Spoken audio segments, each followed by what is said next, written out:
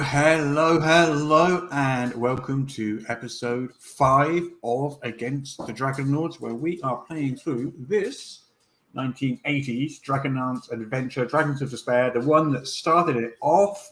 I am Russ, aka Morris, or Morris, aka Russ, and I'm joined by an intrepid band of adventurers who are currently plundering the ruins of Zaxaroth, and may or may not be going to encounter a dragon this evening. We'll see how it goes. Great. But before we do that, Jess has very kindly volunteered to sum up the story so far. And then after that, we'll introduce the characters. So Jess, take it away. Volunteering is a strong word, but I will do it. So we are a group of 4 ragtag companions, and we'll go through the characters in a bit. God, started a long time ago. So we were in this village, and Yanis, Jack's character, was like, "Oh, I have this shiny blue necklace thing," and we're like, "That's cool." And a lot of the other people were like, "That is cool. We want to take that from you." And these people included Draconians, this evil town guard, religious order people, probably other people as well. And we're like, "Wow, this is a powerful thing people are looking for." And then everyone was like, yes, that's because it's from the god Mishakal, and the gods have been gone for 300 years, and now they're back. So everyone's like, whoa, this is a big deal. And Yanis, Jack's character, was like, I don't think I want to do this. And we're like, well, we have to, because, you know. And they were like, you have to go to the place we are now, which is called Zaxaroth. Zaxaroth. Yeah. Nobody's helping you. No one helped me there. It was great, guys. Thanks, team. So Zaxaroth, they're like, go to Zaxaroth and like deliver this like necklace to the temple. And we're like, fine, we'll do it. And we started going, and then it was a journey. It included flying Pegasus, ghostly armies, like this forest deity, the unicorn spirit, unicorns. A lot happened. Anyway, so we get there, and then there's this town that's been plundered, and we're like, oh, this is bad. Very sorry for your loss. And they're like, yeah, there's a dragon army over there. And we're like, oh my gosh, that's bad. And they're like, yeah, you should really do this because there's problems. And we're like, okay, we get it. There's problems. We'll sort it. And so we went to Zaxaroth. Yep. On the way, we wrestled a small dragon hatchling. I say we. Specifically people on this side of me did that, and it didn't go well. Anyway, then we're sneaking past, and there was this encampment of Draconians, and they were like, oh, we're not nice people. We've got some people in cages. So we're like, we should probably deal with this. And so we did, and we got completely slapped. Magia died. Yanis was unconscious. At one point, we were like gonna have to surrender and go in a cave, but then we rallied back and fought back and somehow managed to get out of there. But then Magia was like dead. And so I trekked this minotaur on my back across to get to our final destination, and we got there, and then a dragon was like, hi, I'm here to ruin your day, and killed Royce. And then we grabbed them both in the temple, and we're like, please can we have a break? And the god Mishakal was like, fine, they can come back, well done, here you go. And we're like, thank you. And then Yanis was like, hey, necklace is here you go. And Mishakal was like, oh no, you're not done, you have to do more. And we're like, we are very tired, but okay. They're like, you need to go underneath the city, and there is that dragon that just killed you, their horde is there, and they have these 2 silver discs. Yep. A number of discs. Platinum, yeah. Platinum. Yeah, close. Same.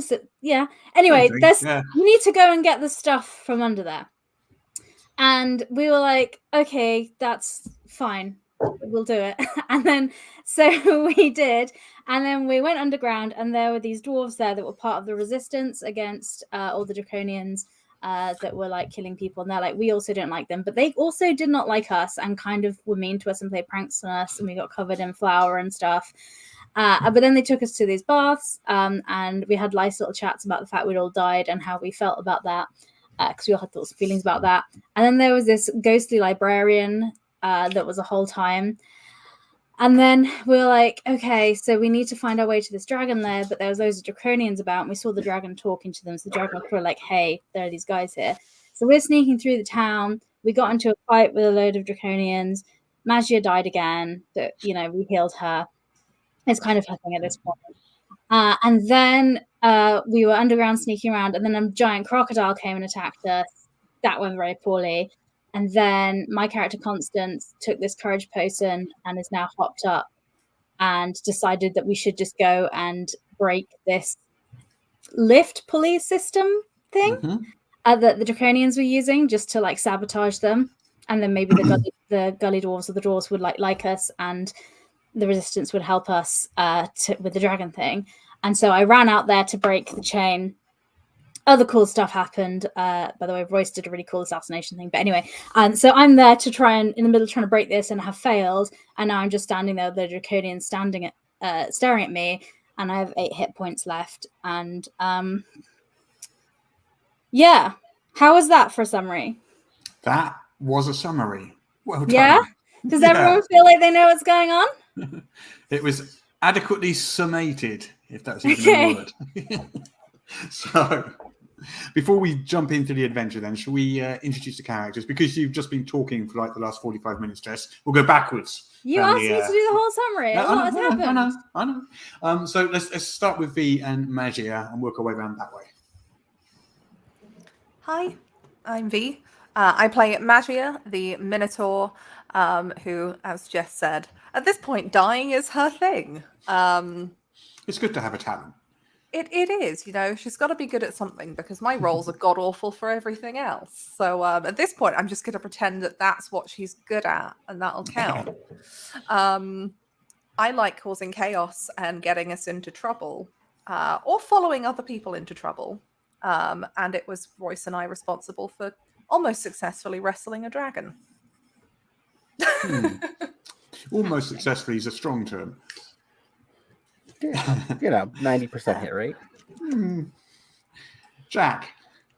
Yes, hello. I'm playing Yanis, who is a halfling cleric and somewhat unwilling devotee of the Blue Lady Mishakal, the goddess that we're all kind of dancing to the tune of. He's also Maj's almost twin brother. We're born a couple minutes apart. And yeah, he likes the quiet life. He likes drifting around on boats and not doing all of this stuff. But here we are regardless. But here we are anyway. What about Dad? Let's talk a bit about Royce, shall we? Hi. I'm playing Royce, the lovable, not at all a problem burglar and rogue who has never lied and has died at least once. And with my HP at 1 and we're about to fight again, probably going to die again. This is not a good situation. No. And then Jess, how's Constance feeling? I mean, right now, like pumped. The Constance I'm playing is a human Imperial Marshal. She is an aspiring knight of Solamnia, and she's in training, and she wears her father's Solamnic knight breastplate. And she's stupid, and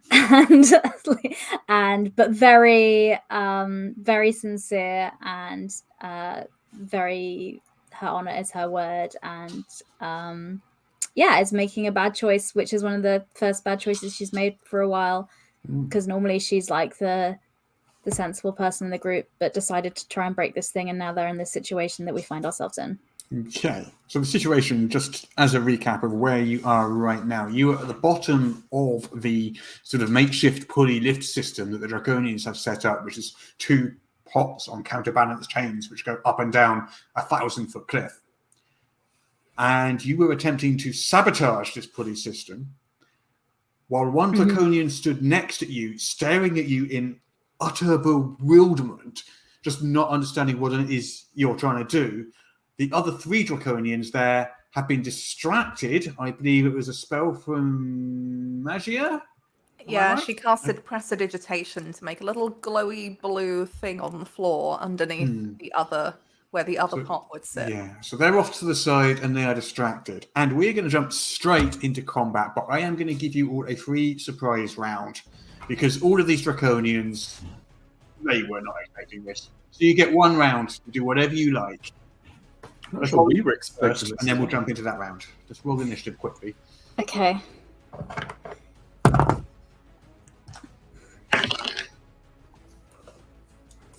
Ooh. Yeah, I got Ooh. 17. What's everyone else doing?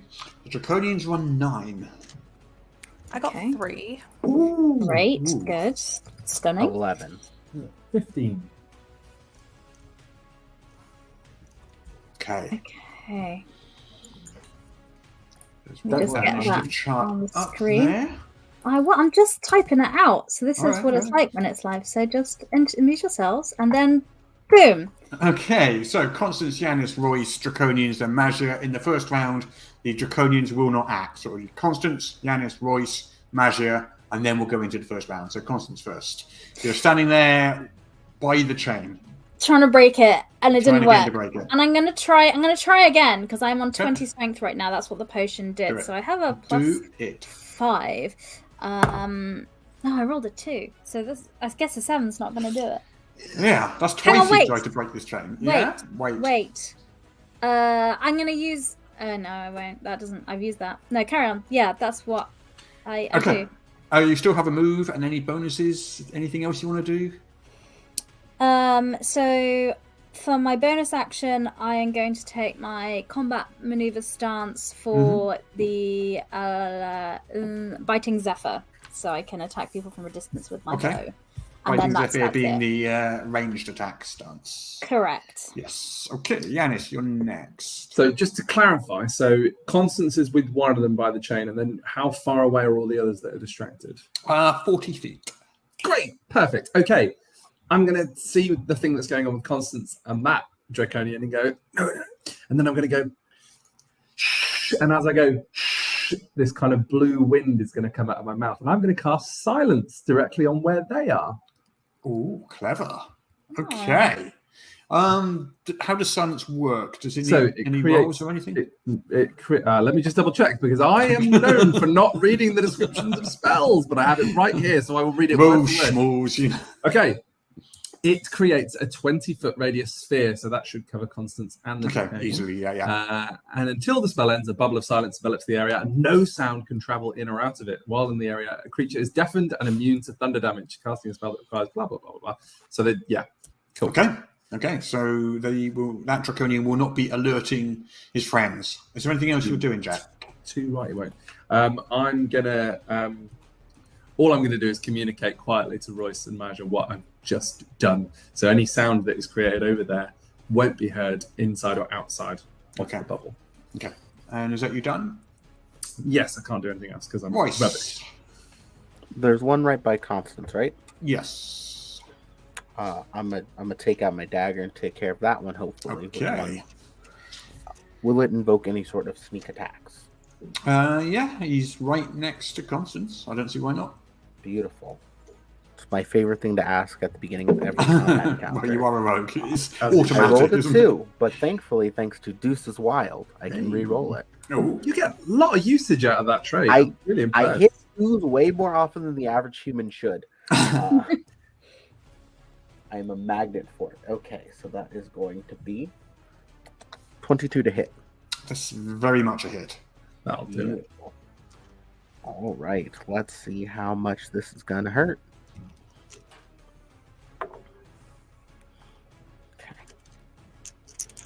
Okay.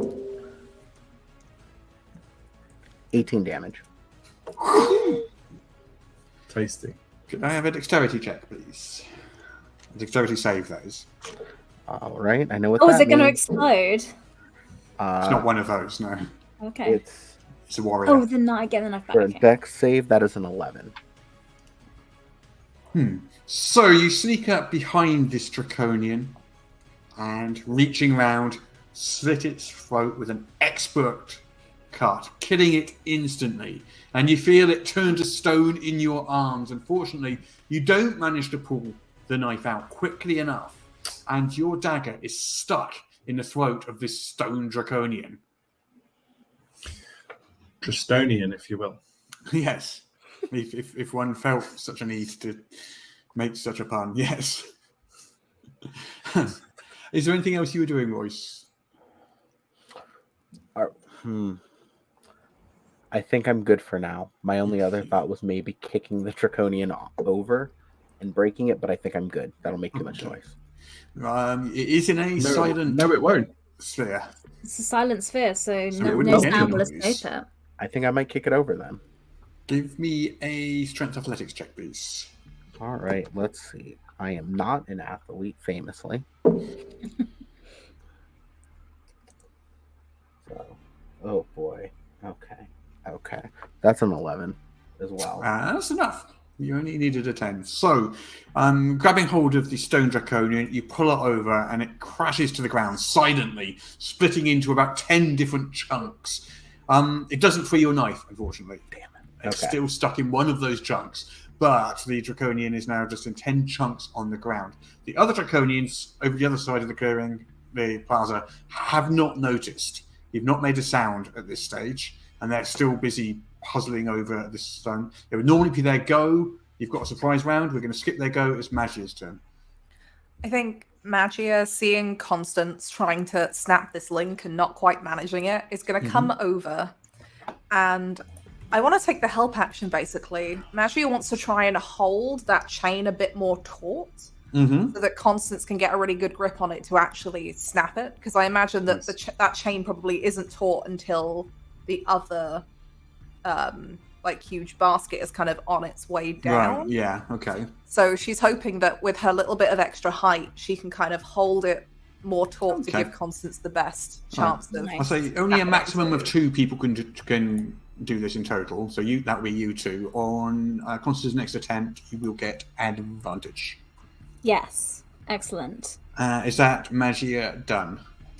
Pretty much, yeah. I think she's just going to stand there, maybe try and get her back to the Draconians and try and encompass as much of Constance's figure as she can, so that if they do happen to turn around, Constance can just focus on breaking the chain rather than being pelted with spells or something else. Okay, Constance. I'm just going to try again. Okay. You can do this. Thank you. And I have advantage because of your help. Thank you very much. So that'll be a total of 4 d20s you've rolled in an attempt to do this now. Thank you for pointing that out. Just thought I'd mention it. That's a 15.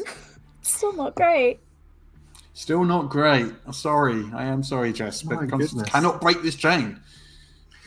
It is a big, thick iron chain, to be fair. It shouldn't be easy. Okay. But...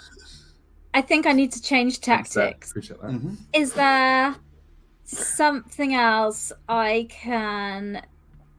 want to look at it and see, is there a way for me to... Big choppy thing. Hit it... Break it. If I hit it with a hammer, would that... You've got a big axe, haven't you? Well, your axe will probably do the trick if you're attacking a chain. Yeah. Okay. Why haven't I been doing that? I don't know. Because you're on roids. You're all roided up. You just want to yeah, rip that's things with true. your bare hands. Okay, I guess I've used my action to try and pull it apart, so I can't do that now, can I? No. All right, let's move on. I'll just spend my whole turn there, trying with all my might, because I'm all... Bear in mind, the other 3 Draconians are going to notice you in about, this round. So, Yanis. Well... No, they're not. Are they not? Okay. If I've got anything to say about it, so I'm going to circumvent so they're 40 feet away. Why did I say that like that? 40 feet away. And I'm going to navigate as closely to them as I can by being quiet. Okay. Can I stand in the field of silence and be close to them? Or no, they're 40 feet away. No. I'll get as close to them as I possibly can, Russ, is what I'm trying to do. Okay, so let's have a stealth check to see how close you can get. Fabulous. What we'll do with this stealth check, rather than it revealing you, it's just going to tell us how close you get to them. Okay, so the better you roll, the closer you get. If you roll badly, they're not going to hear you, but you're not going to get. I won't be as close. Okay, that's fine. Dad, were you going to do something? I was just giving you luck as a rogue. I'm sending you all with my stealthy Sending luck. vibes. Thank you so much. Appreciate the sneaky vibes. Okay, what have we got? Okay, that is a... Hang on. Let me check if I can open proficiency bonus. Am I proficient in stuff? I think I am. Yes, I am, because I'm a sneaky little boy. So that is a total of 12. Okay. Not great. Yeah, I'm going to say you're still about 20 feet away from them behind the broken wall. That's fine. I only need to be... That's fine. So there's 20 feet between them and me. Yes, I can go 10 feet beyond them. Right. So I'm going to cast another spell, even though I'm out of slots. I'm going to cast a cantrip. I'm going to cast Thaumaturgy in order to follow my sister's lead. and create a distraction. Okay. So I'm creating an instantaneous sound 10 feet ahead of them that sounds like scuffling feet and people going, oh no, what? Okay. Well, just sort of down a little alleyway or something. Yeah, basically Yeah. 10 feet past them, because that's as far as I can get it. It's going to be the sound of people failing a stealth check. Okay. Cool. Before they go, it's Royce. I think I am going to just draw my bow and have the arrows trained, and I'm just going to hold my action. Okay. So the three draconians look up from the glowing stone, and they look at each other, and they glance at the nearby alleyway, which is pitch black. It's really, really dark. They can't see anything down there, and their eyes are slightly blinded by this glowing stone as well, which really hampers their vision a little more. And they glance over at it, glance at each other, and then they start to move towards it. One moves, they do like this SWAT team kind of movement. One moves to either side of the alleyway, and the other one gets ready to charge into the alleyway. And then, raising his sword above his head, he steps into the alleyway out of sight because it's dark in there. You can't see where he goes. You hear a noise. You hear and then coming from down that alleyway. Magia, what are you doing?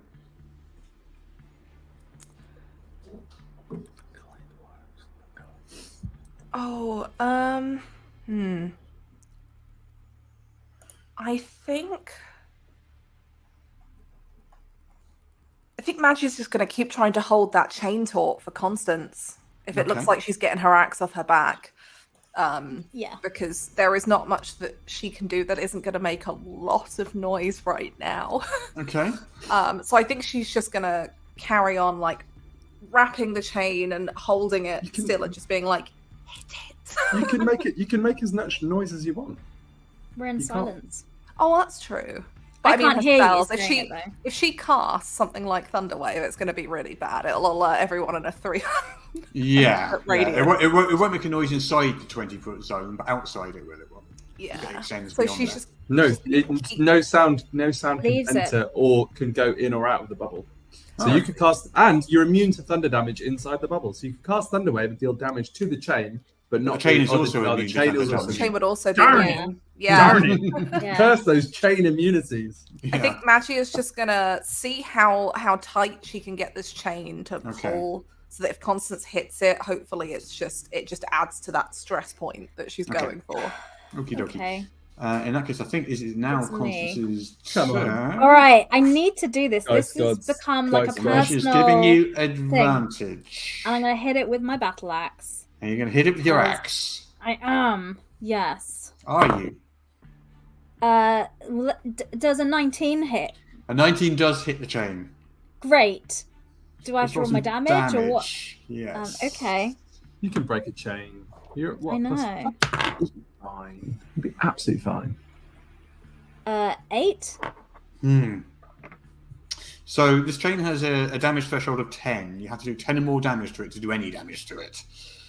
It being made of solid iron. So your battle axe clangs off the chain, which remains unbroken.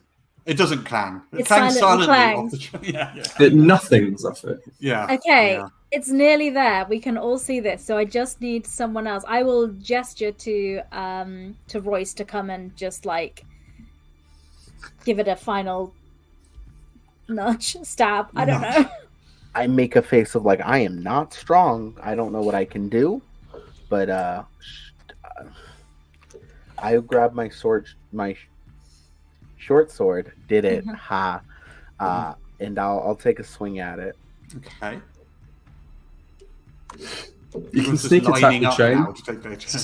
Sneak attack the chain because it's Constance is next to it as well. Yeah, I am. Chain get sneak attack. Yeah, I don't think the chain is vulnerable to sneak attack, unfortunately. Fine. Not a weak link on that chain. I got 16 to hit. Well, it's going to hit the chain. Oh, beautiful. Okay, let me see how much. It's such a weird vendetta I've got. I'm sorry, guys. This has become. This is like the second drink you're buying. It's all due to all this. That's 7 damage. 7 damage. Again, just your swords will just, but without the sound, obviously. In silence, bounces off the chain. No effect. We kind of skipped Yanis there a little bit. We did. I'm so sorry. Don't worry about it. Yanis is just there looking between the group inside the bubble like this, and then looking at the Draconians like this, and wait and see if the other Draconian. Well, the other 2 Draconians look like they're about to go into the alleyway to find out what that noise was, to find out what's just happened. Okay. I'm just gonna do what I did again. I'm gonna point the other hand in the alleyway, and I'm gonna make come out of the alleyway. Okay. A little horrible, nasty little laugh. Okay, a horrible, nasty little laugh does come out of the alleyway. Hurry up. Can't hear you. And the 2 Draconians kind of step, because it's their turn now, step into the darkness, swords drawn. And Magia. Did I not just go? It's back round to you again. We've just sat here hitting this game and doing nothing else. We're a quick-moving gaming group. We are. Okay. Magia is going to see Constance trying to hit at this thing with the battle axe, and Roy's giving it a go with the dagger. And I think with one hand, she's going to keep that tautness on the chain. And with the other, she's going to cast Force Punch and just try to punch it in the same spot that Constance has been hitting it. Okay. Yes. Do it. Is it like a melee karate spell attack? Why wouldn't you punch? Yeah, it's going to be like a karate chop. At the weak point. Karate chop. At the weak point in Why it, like from an wouldn't you try and engineering chain perspective. A weak link in this chain, I tell you. So that is going to be 17 plus 5, which is... Very much a I hit. can't do math. Okay, so that works. So it's 3d8 force damage. Come on. That is 10. I really want this. That's a 7. 17. I can read my dice. 17 damage. So we're taking 10 off of that for its damage threshold. So 7 points of damage to the chain. You punch it, and one of the links clearly slips and just like loosens slightly and parts ever so slightly. You haven't broken it yet, but it's on its way. Okay. And I got one more spell slot after this. Okay. Right? You've got any more actions now? Or are you done? I don't think the other thing that I could do will work because it will be immune to the thunder damage. Yes. So that is all I can do right now. Okay. Constance then, I believe. I mean, I know this really isn't exciting to watch, but I just have to do this, everyone. I'm sorry, so I'm just gonna hit it again.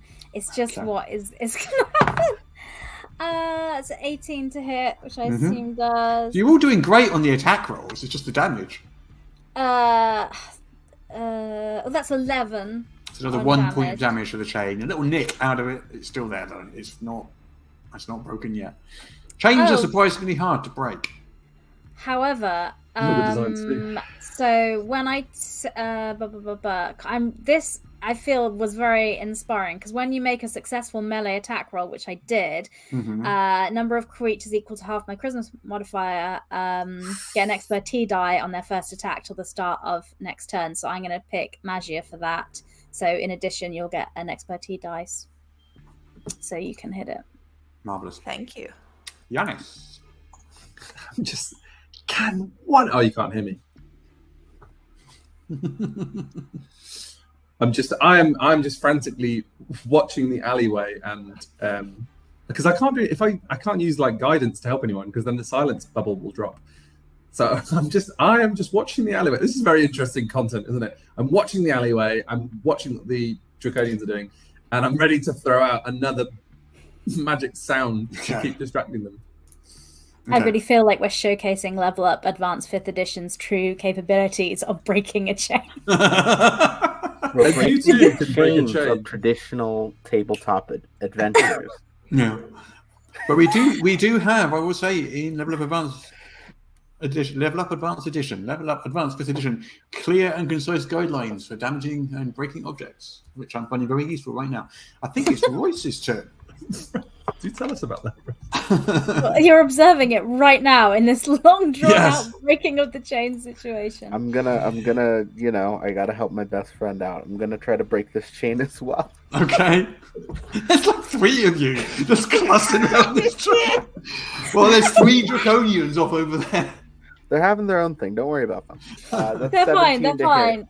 Oh gosh, this is how exciting. I rolled a Okay. 17 to hit, and I did 8 damage. 8 damage. So unfortunately, you do not damage the chain. Oh my god. Is the threshold still the same, even still because 10, it's yeah. slightly broken? It's still 10.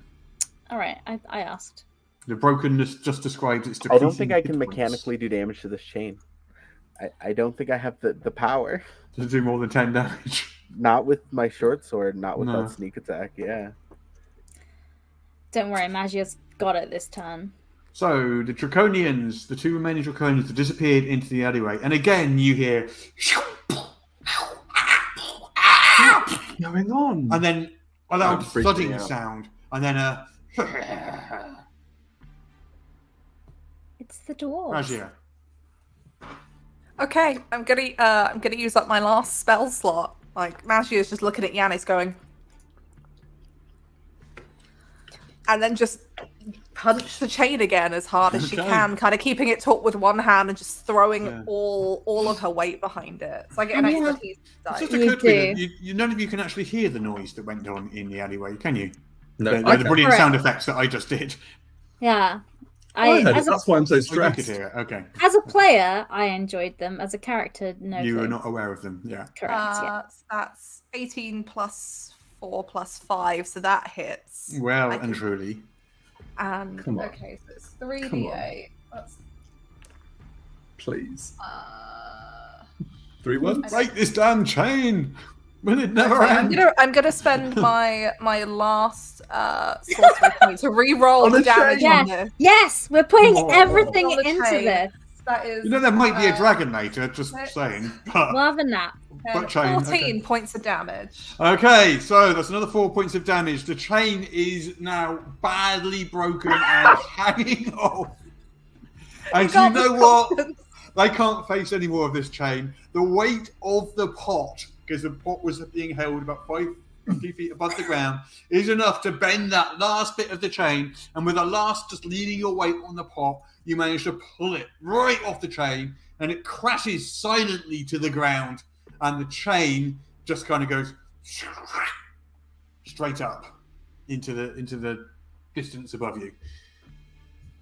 Yes. Yes! Yes! I think there's a moment of celebration between Yeah, we had us. to say yeah, but in like silence because we're in the bubble still. And then Magia, with her temporary engineering specialty, looks at the chain going up and is like, "We should go." Oh yeah, one's coming down the other side. Well, I mean, you've basically defeated the big boss of the module now, the chain. So, I mean, I guess it's over now. We're done. Well done. Congratulations. Thank you. So, It's a very... from that alleyway, 4 rough-looking, hardened dwarves step out, weapons in hand, with green draconian blood all over their axes and clubs. They step out of the alleyway and spread out around that side of the plaza, looking at you. Hello! Hi! Great to see you. We were just You're not a draconian. well observed. Always say dwarves have got great eyesight. No, we're not. In fact, as you'll note, point at the corpse inside the bubble. As you'll notice, we're not particularly big fans of the Draconians. Actually, did you the ones that came in the alleyway, or? Of course we did. What Sorry, else do you do with a draconian? Well, too right, my fine friend. I'm just looking to make sure they've all stepped away from the drop point. So, Okay. who are you? Why are you here? How long have you got? Judging by the looks of that draconian regiment coming down the next street, 7 to 9 seconds. Be quick. And then come into this alleyway. We're on a mission from Mishakal, mission call. Now's not the time. Right, let's just go in the alleyway. The 4 dwarves, gully dwarves, for that is what they are, disappear into the alleyway, and you all following the dwarves of Diona? Yeah. Partway down the alleyway, they stop behind a seemingly blank section of wall. And one of them pulls out a small lever and slips it in a little crack between 2 stones and levers open a door. Secret door, told you. I'm like nudging Magia in the thigh. Secret door, I told you, secret door. I love a secret door. Pats Yanis like, yes, just trying to shove him towards the doorway as it's being opened. Well, it sounds like being shoved. What? Secret doors are cool. They're cool. One of the dwarves disappears into the door. The other 3 stand back, and the leader sort of nods to you 4. It's the door, or it's the Dragonians. Take your pick. Quick vote, guys. Door. Magia just shoves Yanis through the door.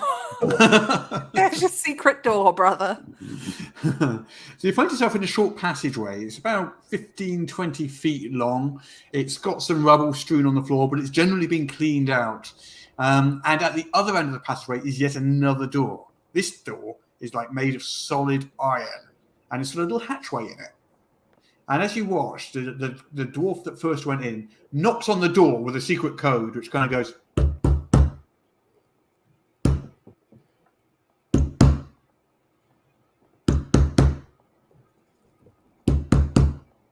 How long before this gets boring? I don't know. We just spent a long time hitting a chain, so there's going to be a test afterwards. Is there definitely? I mean, at some point, is there definitely someone on the other side of that door? The noise is quite loud because it's a big iron door, and the hatchway pulls apart, and it's not very high because it's dwarf height, so the hatchway is sort of chest height on any humans here, and a little high for Yanis, and like knee height on measure. I don't know, but a pair of eyes and bushy eyebrows peers through the door, and the other door says, "We found him. Let us in. Let's go see the High Pope." The hatchway slams shut again. And you hear like ka-chung, ka-chung, ka-chung as bolts are unlocked on the other side of the door. And then it's pulled open. And beyond you can see there's some kind of large hallway lit by dim lanterns. And the dwarves usher you through. I literally, as we step through the door, I look around at everyone with this exact expression. The High Pope! So you find yourself in what is best described as a barracks. There's like wooden pallets and straw mattresses everywhere. A lot of them have gully dwarves sleeping on them or snoring. Over at one far end, there's what is clearly a kind of sort of medical healing area where some of the gully dwarves are being bandaged up, having been involved in some kind of combat recently. There's a healer there just like bandaging them up, and obviously there's no healing magic in this world, so they're doing the best they can with what little medical knowledge they have. A large door goes off to the left, and there are 2 gully dwarf guards at that doorway, one on either side. They're dressed in actual plate mail, but the plate mail is looks like it's mismatched and scavenged from various places. Some of it looks like it might be draconian stuff that's been resized or bent into shape so that they can wear it. They've got helmets, they've got great big halberds standing there waiting on either side of that door. And the whole room just kind of stops as you walk in, and it goes silent. It's kind of, like in a Western, as someone comes through the saloon door, and everybody, there's be 40 gully dwarves in here, turn to look at you. Silence. Complete silence. I have to ask, are these ceilings normal height, or is Magia awkwardly stooped over? No, these are they're pretty high ceilings. You're okay. They're not. It's not a building designed for dwarfs. So the dwarf that led you in says, "High Pope is through there. You can go through there, and you can tell him what you're doing here, and then he'll decide what to do with you." Okay, thank you. He walks on over to the door nods to the two gully dwarves on either side. All right, Bert. All right, Ernie. How you doing? And bangs on this second door while the two guards just stand there at attention. And the door swings open to reveal what can only be described as a throne room. A ramshackle throne room. On a wooden rocking chair. Old wooden rocking chair perched atop a pile of pallets. Is an elderly dwarf with a big white beard. Clearly hasn't washed in decades, maybe? Who knows? A while. Nice. There are guards on either side of him. And there's a dwarf standing there talking to him as you enter, who turns and leaves the room, just pushing past you and giving you like a sort of quizzical look. He's like, "Ooh, these guys." As the dwarf ushers you into the room, and the high bolt says, you're the outsiders we heard about. Yes. Thank you so much for your hospitality in these. Hospitality, she says. and the two guards just double over with laughter. Hospitality. Constance isn't sure what's funny, but joins in laughing because this happens. What are you laughing at? Oh, what's so funny? Hospitality. Are you saying that you don't like our hospitality? Is that what you're saying? I step in. Forgive her. She she heard everyone laughing and just she assumed there was a big joke we were all unified on. But we appreciate the hospitality. The slide into the flower, not as much. She said hospitality. Hospitality.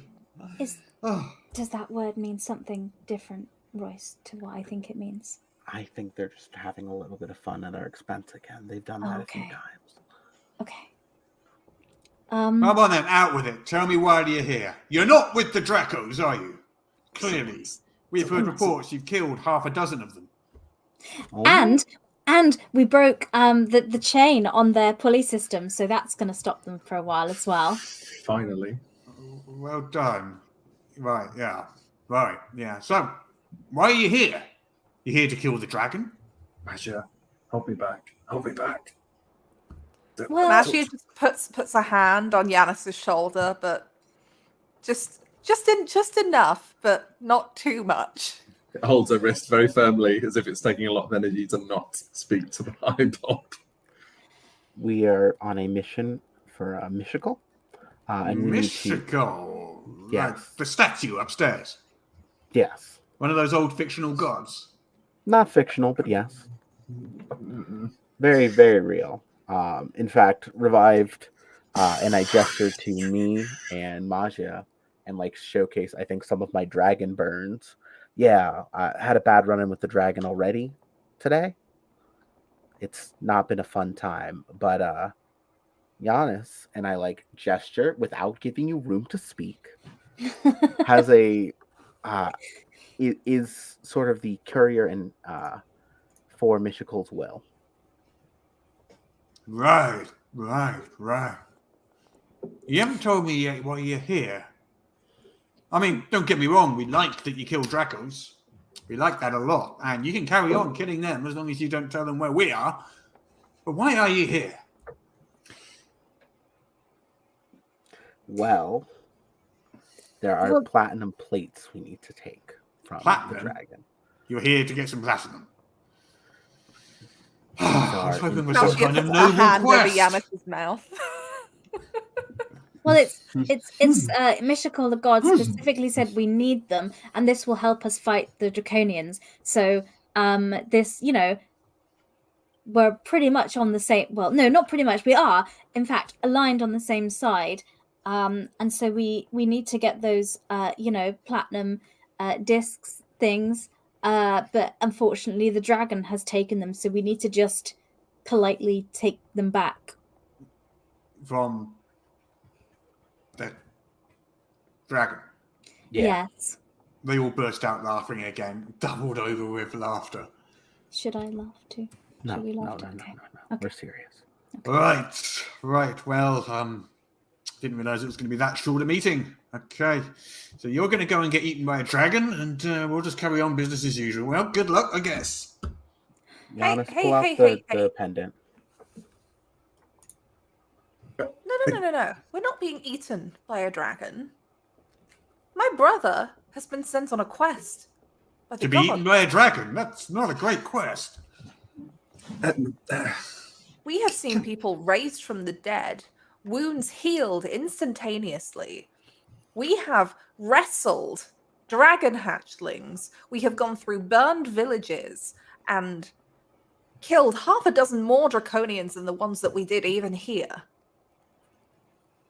Sounds like a day. The thing in that dragon's hoard that we're looking for, this is just the beginning. This will be everywhere. Those platinum discs, we need those. And you're going to help us get them. I ain't going near any dragon's hoard. You don't have to go near the dragon's hoard. But you can give us help in other ways. Your resistance fighters knows these streets better than anybody. They can keep draconians off of our back. I'll tell you what. There is a secret way into the lair. Through the under sewer. The sewer below the sewer. Every sewer needs a sewer. It's where the really gross stuff goes.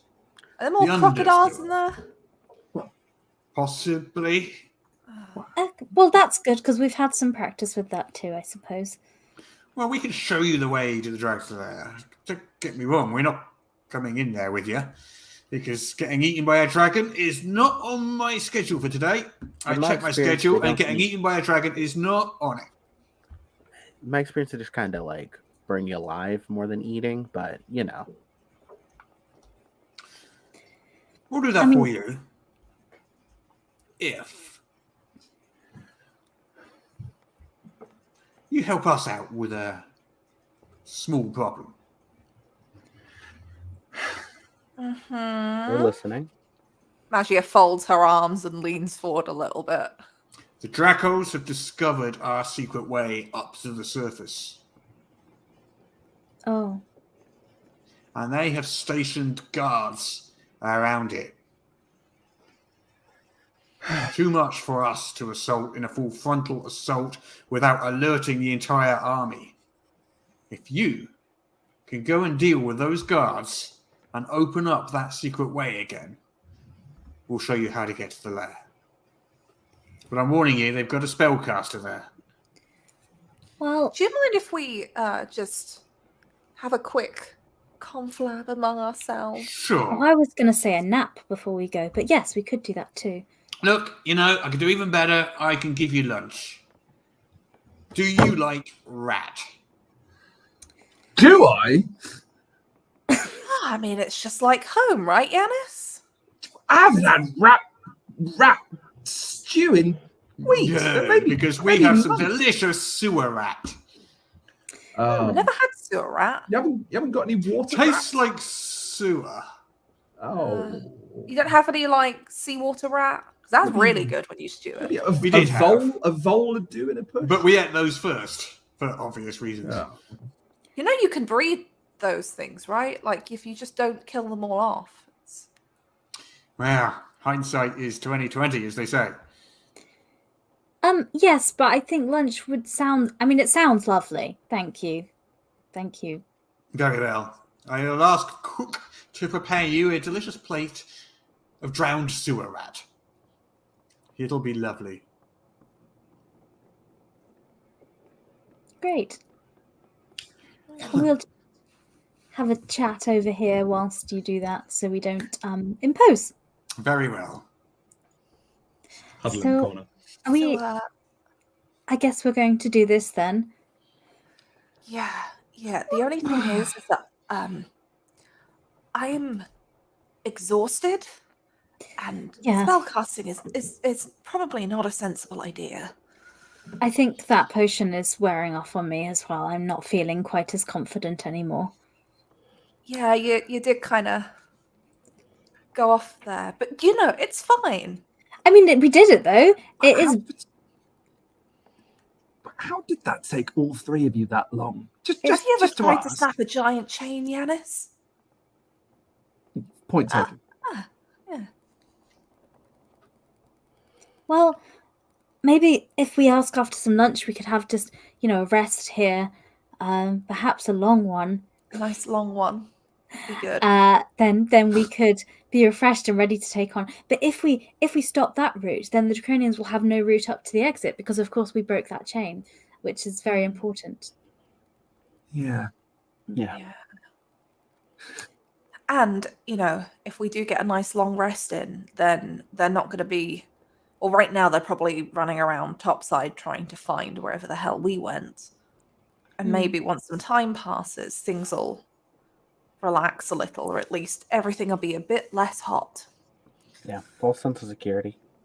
Easier to exploit. So, legally become dead to the world for a few hours, do the thing they've asked us to do, go and get the discs, back up to the surface, see what Mishkal says then, and... Save the world. Yeah. Although Okay. I'm thinking that once we've taken the guards out, we should maybe also give it a bit before we go to the dragon's lair, because otherwise they're probably gonna... it's not gonna take them long to work out what we're here for, right? They must know. How would they know? They're gonna know. How would they know? They're gonna know. How would they know? Well, maybe, a dragon's hoard is theoretically a big thing full of lots of objects, so maybe they don't know the significance of these discs. What are several very distinct platinum discs amongst piles and piles of other stuff? Oh, that is a good point. What are several platinum discs amongst piles and piles of other Don't worry, stuff? I'm good at discerning. Magia has this platinum. look in her face like she's picturing this huge, glittering room like the stories and the myths foretold, and is picturing these platinum discs just buried under right at the bottom. tons. Yeah, just there's just a bit of a far-off look in her eyes for a moment. It's all right. I don't know how or why, but I feel like if I took a rest, I would find it much easier to locate an object. For example. I don't know why. I just feel like that's something I could do. It's good to have confidence. So I think we're agreed. A rest and some lovely rat stew before we carry on. Yeah. And then, before anyone can stop me, I'll duck out of the huddle. My noble lord, bold. The emissary of the Blue Lady comes to you on bended knee. My most beneficent, pungent, most odious and onerous and old one. We have discussed your proposition, and we will do this task for you if you will assist us on our journey to the Dragon's Hoard. And in my great beneficence and kindliness and, just general good nature, I will perform a spell of healing upon your wounded in the antechamber. But we require rest. I must commune with the goddess. And to do so, I really got to hit the sack. So if we could just... So what you're saying is you want to crash here for the night? Yes. Bingo. Yes. Oh, yes, please, and thank you. I would also like to make a request, mostly when dealing with the dragon. While we're doing that, I would really appreciate it if you could have a couple of people who are really good at getting in and out of places, create a little bit of subterfuge. If you guys know these routes as well as you say, having a couple people picking off and just causing trouble will keep them distracted and scattered. In my experience, which is more than I'd like to admit right now, it's good for making stealing easier. He nods slowly. You are wise. I'm just a very lucky Horned criminal. one. It shall be so. That is what we shall do. But first we shall feast upon the drowned sewer rats. And then we shall sleep upon the flea-ridden mochi straw mattresses. And in the morning we shall undertake our missions. You are Too kind, oh mighty high. Too bold. kind. Oh, sorry. It's an expression. No, it's an please, expression. just ignore my brother. I don't know what he's doing, but like Don't- you've got like a throne, and I think it's just Wait. Silence in the court. Silence in the court. Did you just say that Kenda is your brother? What? Oh, She just looks at this Yanis. again. Why does this confuse everybody? I mean, I don't know what's so unclear. We're twins. Do you know that you are not a Kenda? Magia feigns just for a moment shock and surprise and goes, "Oh my god, the horns! Oh, that should have been the Maj. giveaway." Oh, no. Yes, I know I'm not a Kenda. He's right. You're not. And Thank do you. you know that you are not a Minotaur? Yeah, I'm sorry, brother. You're a little bit on the short side, you know. Yes, did I- yes, we hang on, understand this. I had horns 5 minutes ago. I swear. What? Yes, We're of course we know. twins. It was born 4 minutes before me. We have the same parents. I don't know what's so hard for people to understand. Do you not have any Like you brothers get or it, right? sisters? Do you not- Royce? He looks down at Yanis and then up at Magia and then down again at Yanis and then up again at Magia. Just puts his hand on his head. Overlanders, I'll never understand their ways. To the rats.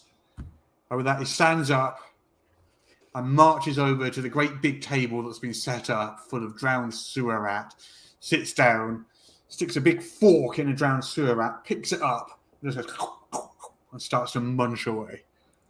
On the way to the table, I imagine that Magia and Yanis are doing the whole. I really don't see why this is so hard. And Magia turns to Royce and is like, I mean, you've met our parents, you get it, right? That's, you know, Yeah, it's easy enough to understand. Maybe you need just a portrait of your parents around at all times, just to flash and explain it. I can't be dealing with carrying around a picture of mum and dad. That's No, I figured, but it would be easier. Maybe a diagram of some sort on a piece of cloth we can fold up, or Yeah. That would be helpful, I think. Yes. Or a pamphlet, maybe just helpful. Do you not? so you're confused about us, and then you hand them the pamphlet. She explains everything real easy. You're not confused about it, are you, Constance? I mean, you've known us the least out of everyone here. Well, I mean, I'm unclear about your parents' biology. What do you want to know about our parents' biology? I mean, No, our parents are just- pirates. We're twins. What more is there to it? Yeah. Perhaps I'm a bit traditional and it's different in Salamnia, but generally, two parents generally are of a heritage and then their children are of the same heritage or some combination of Well, yeah. their heritage. Yeah. One's mum, one's dad, and we're a combination of mum and dad. Yeah. Okay. You know what, Constance? One day, if the world doesn't end, we'll take you out on the boat, and it'll all make sense. Okay. I mean, that's It's really fine. once you see it, it makes sense type of deal, Constance. Okay, well, I mean, there's lots of things I don't understand, so this is just another thing, I suppose. Magia just tucks into some sewer rat. Okay, so while you're at the Gully Dwarf sort of resistance headquarters, because that's what this is, you are able to get a safe long rest, and you wake Yes. 8 hours or so later, fully refreshed. Although feeling maybe slightly queasy from the sewer rat. However, it does count as having consumed supplies, so you do recover any fatigue. So I think a couple of you might be on one or more. Have you got some fatigue going on? I People had who- one, but I'm good now. Okay. So you feel much better in the morning. Amazing. I feel 16/29, as is the common phrase. As is well known in the Salamnian Yeah. environs. Yeah. So the High Bulb offers to send a guide with you to guide you to the secret passageway which the Draconians are guarding. It's about 10 minutes walk away. So, Royce, how are we doing this? Because, last time you were quite good with the, situation.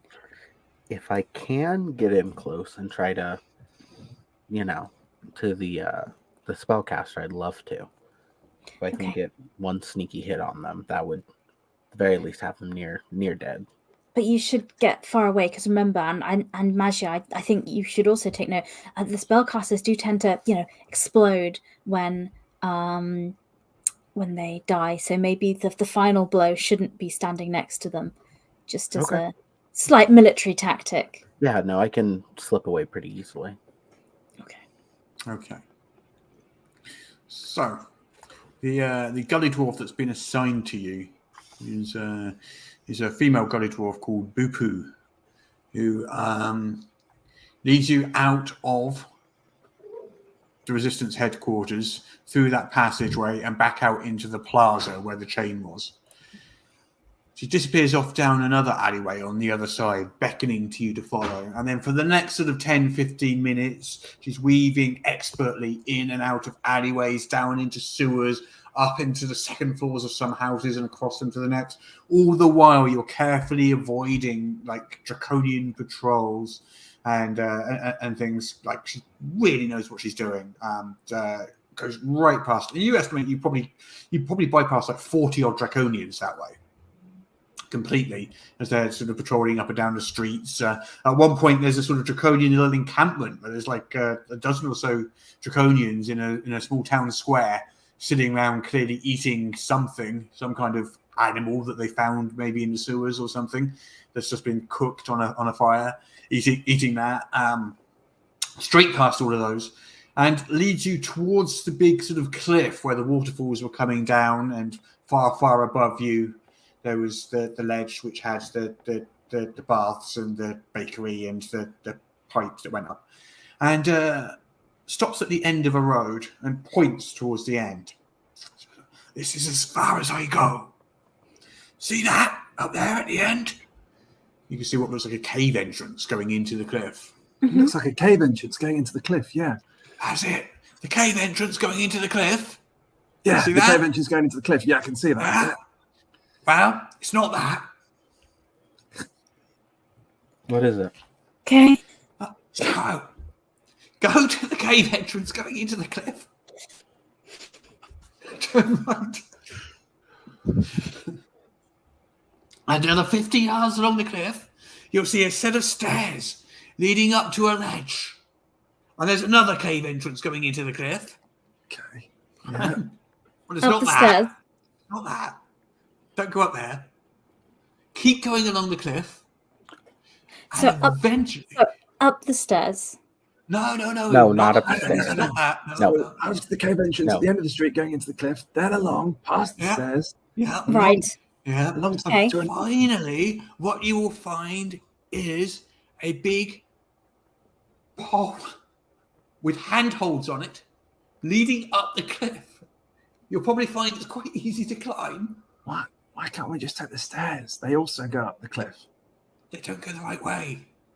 Right, that's silly me. I thought up was up, but never mind. Different up. Up different Right, direction. Sorry. Yeah.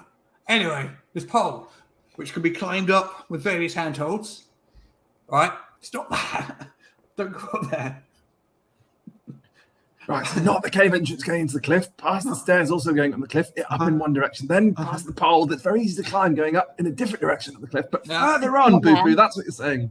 Yeah, further on, you'll see a rope hanging down the cliff. Let me guess, Boo-Boo, we're not going to climb the rope. Oh yes, you are. You are going to climb the rope, Right. but there's some draconians guarding it. So you have to kill the draconians, then you can climb the rope up onto a ledge, and then it will be pretty obvious where you need to go. Will it? It's obvious to me. Well, I think we've established, Boo-Boo, what's obvious to you and what's obvious to other people are not the sort of parallel lines, really. Did you say that overlanders are not that bright?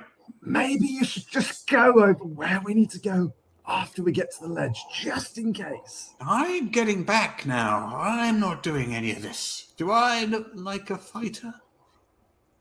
No.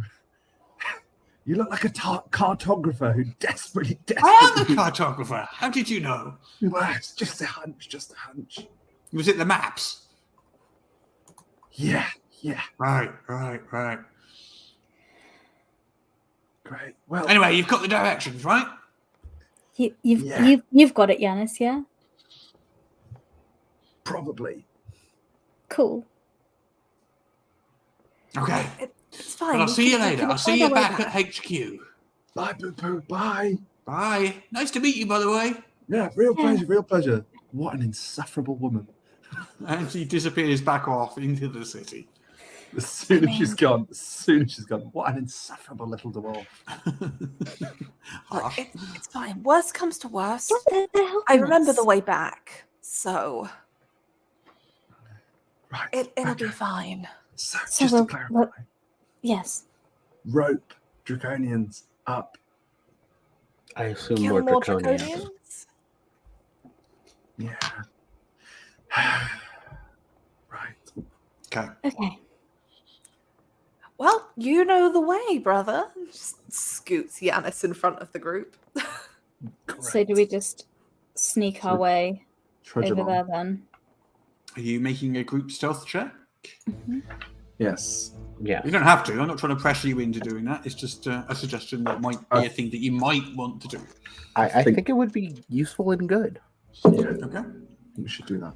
And I will give mine to whoever has the worst stealth. I don't have it as a. I don't have any proficiency in it. But I have I've a got one -1 to dexterity. dex. I have a -1 to dex. Okay. I might give it to Magia. Can we make a case for doing it with a different ability check, ability score? Because we're not necessarily trying to actively hide. We're trying to try. You can try and make a case. Yeah, go. I think it makes sense that we could use either wisdom or intelligence, because although then Royce won't be as good, and Royce is the best overall. But I think mean, I if we- rolled. I've already rolled, and I rolled good, no matter what. I think if we use wisdom in order to pick our way more slowly, but perhaps more discreetly forward, so we don't get spotted on the approach. I'm unconvinced. I'm sorry. No, the Draconians are also very distracted because they're drinking water, as we can hear in the background. Yes. Yeah. That is how they drink as well. They just put their snouts Just down like into the Hudson water. does. Wop, wop, Yeah. wop. Which is really weird, because that is bizarrely cute for such a horrible race of creatures. It just feel like we're like, oh no, we have to kill them. No. For those listening to the podcast version and just literally couldn't see anything, my dog just decided to have a big, long, loud drink, and that's what that noise you could hear was. Yes. Oh, the sound effects of the draconians. Yes. Oh, Yeah. My dog is the Foley artist of the show. It's not going well. Oh my gosh, all of you! I got 10. a 24. I will give it to Magia. What do I get? So what have we got? We've got a 9, A 10 and an 8. Hey, look! an 8, and a 24. That's a So straight. We got a I can give straight. one person mine, so it's a 24, 24, 9, and a 10. So you make your way towards the secret way, following the instructions that Poo-Poo gave you. And you sneak down alongside the cliff, doing your best to be quiet. But unfortunately, as the final sort of corner comes into sight and you can see the rope and you can see that there are 4 draconians, one of which is clearly a spellcaster, come into sight. Who rolled the lowest? I think it was Yanis. Constant. No, I was a what did you 10. get? Oh, you got 10. It is me. Yeah. Yeah, because That's I how have got numbers wisdom work. rolls. So. Unfortunately, Yanis trips, falls against a nearby pillar, which was precariously balanced, and knocks it over. It falls, knocking over the pillar next to it, which then falls, knocking over the next one until a whole row of pillars, 12 long, comes crashing to the ground with a massive, massive, loud smoke everywhere. And the 4 Draconians leap to their feet, drawing weapons, pulling out spell components, and look around wildly to see what caused the commotion.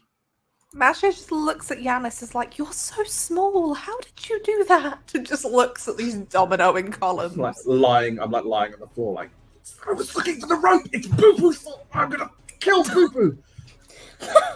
And with that, let's roll initiative. Oh boy. Great. I know you always enjoy it when I say that. I'm trading this die out. This D20 is dreadful today. Is it? It's going in prison. It's going in dice prison. What did you roll with it though? I rolled a 5 plus 2 is 7. It is.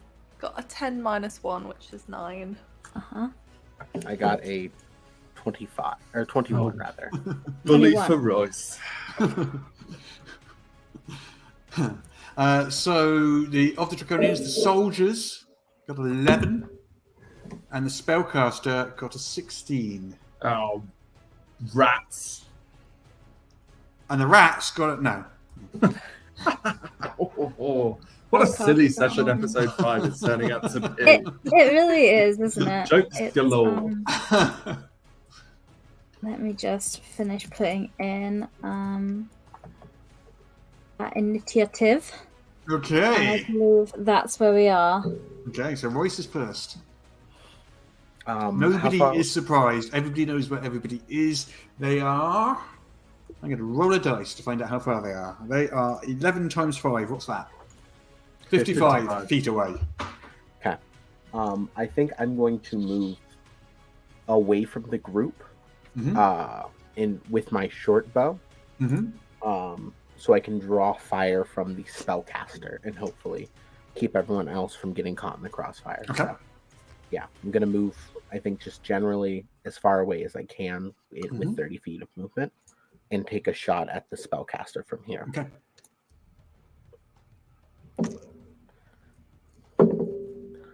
Okay, that is. Let me double check. Make sure I'm good at math. Math is hard. It Oh, really it's is. so yeah. I was a writing kid. That is a 17 to hit the A spellcaster. 17. Okay. That is what we like to call a hit. Yeah. Beautiful. Okay, that is 9 damage. Best I could do. Okay. So your arrow stabs into the spellcaster's thigh, and it lets out a cry of pain and glances around, locates you, and raises a glowing hand. I was going to also use hide as a bonus action if I could. Okay.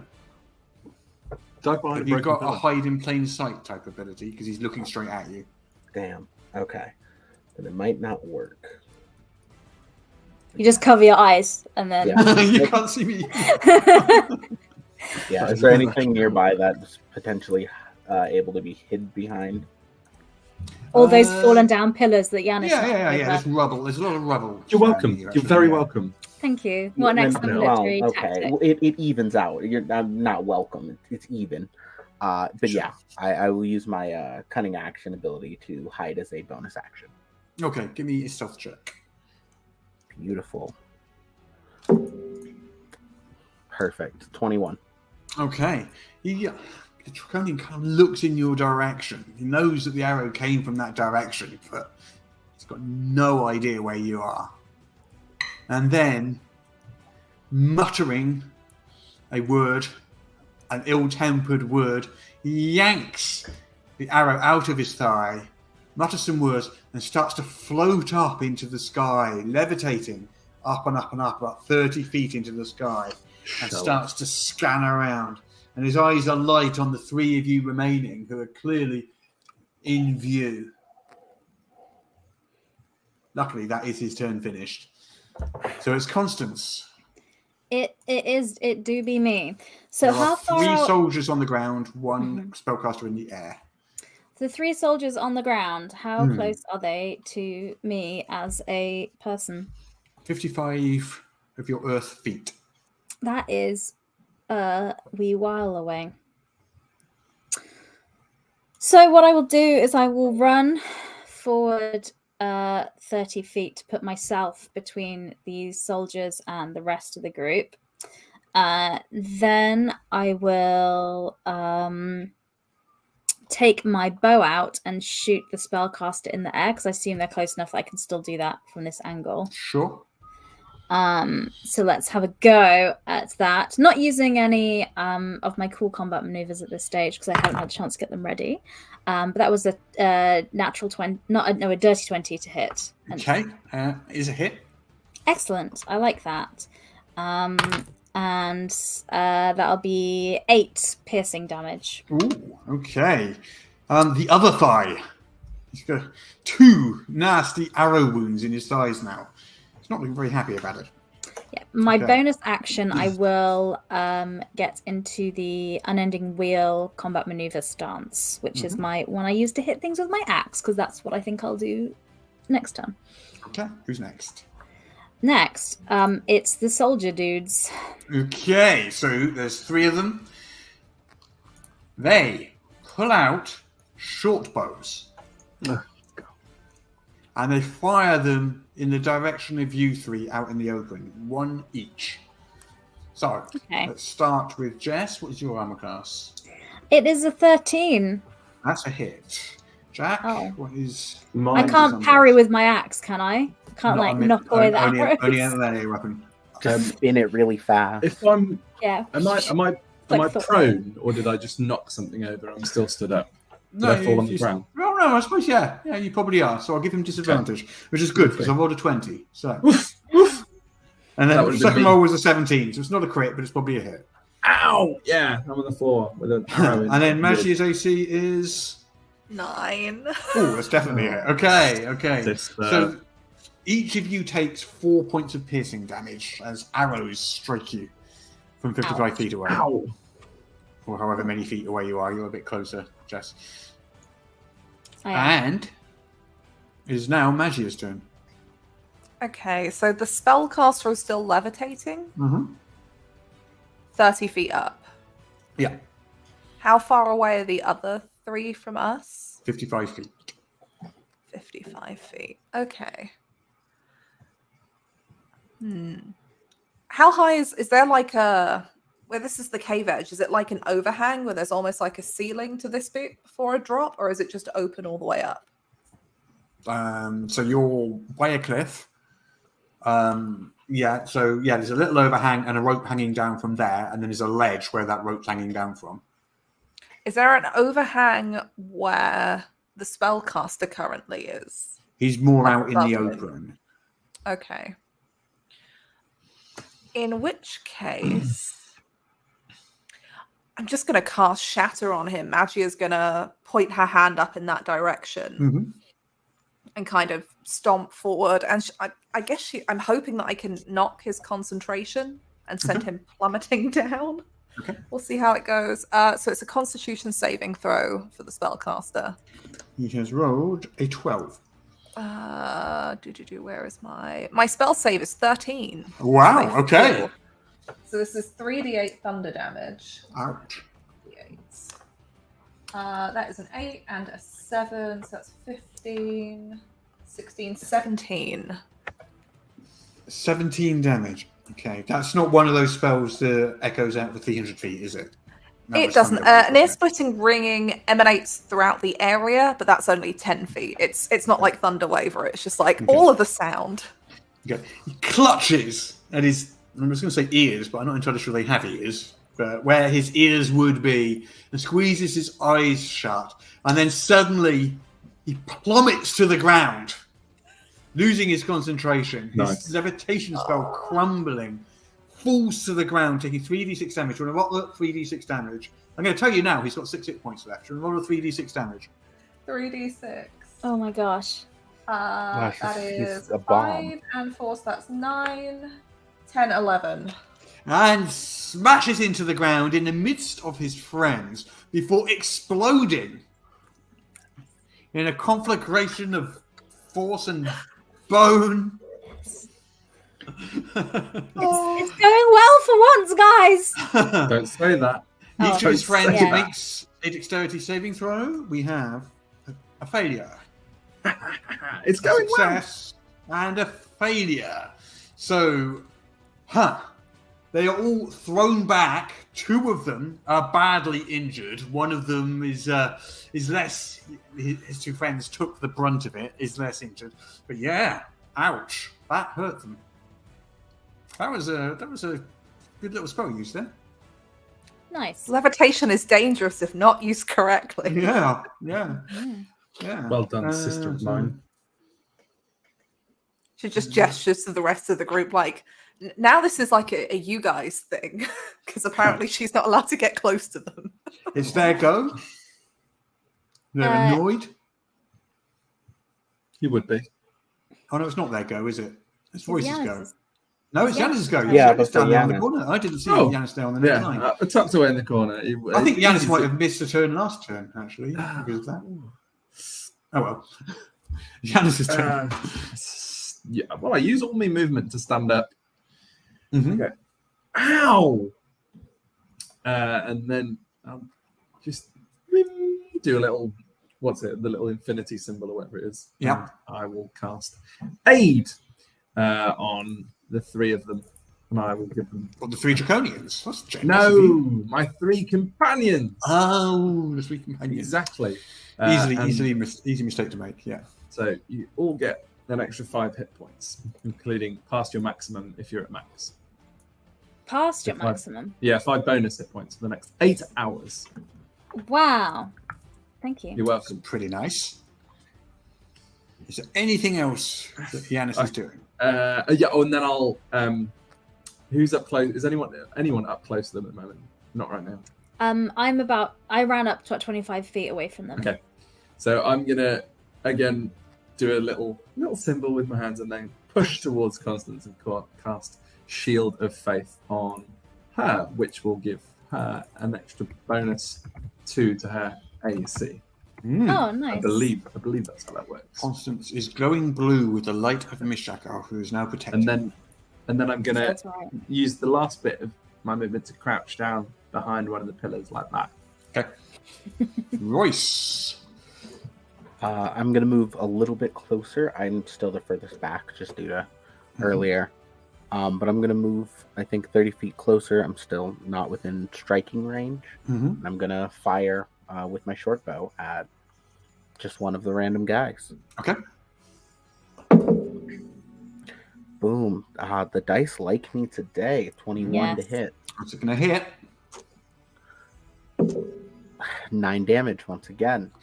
Arrow strikes one of the Draconians straight in the heart, and it just like turns to stone there as you watch. Just... And I think I hide again.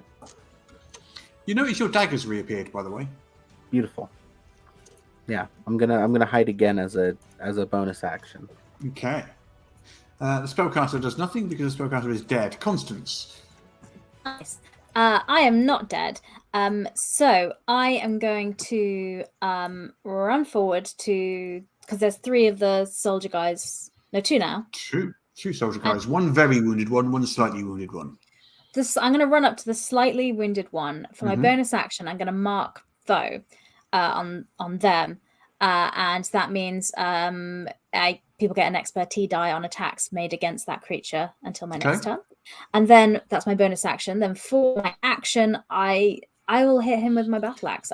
Hit it with your axe. Because that's what I like to do. All right. And I'm going to do that. And in order to do that, did 15. It is going to hit.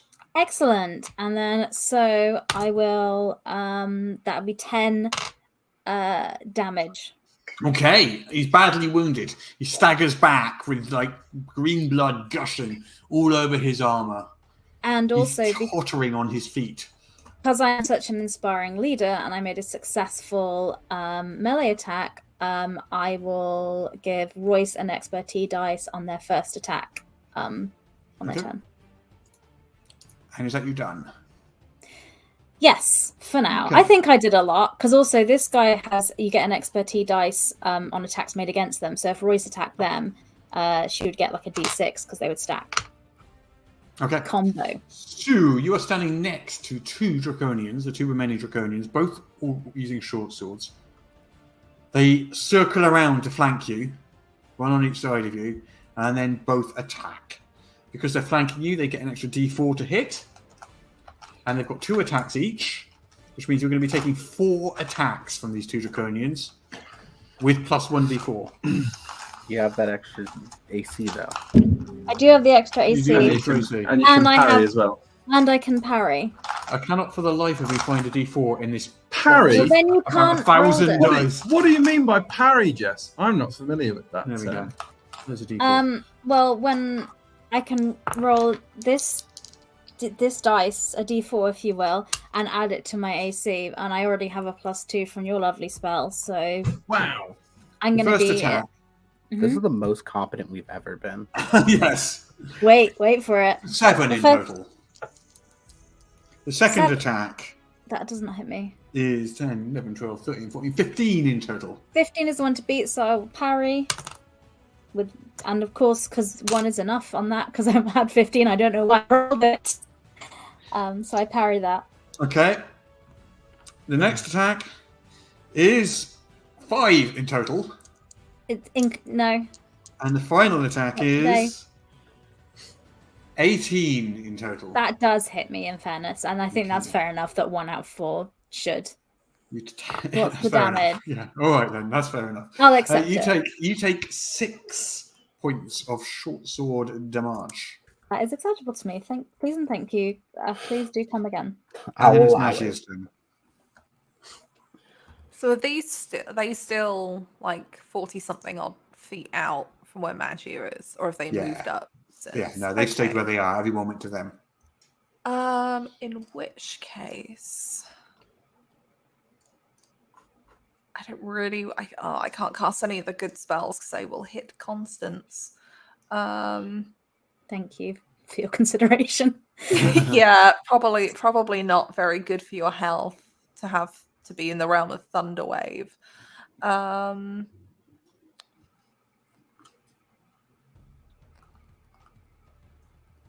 I think Magia's just going to push up so that there's some more backup there for Royce and Constance if they need it. Unless like there's a action that allows me to just charge at one of them and shove them over the edge of the cliff, but I think that's probably too much movement.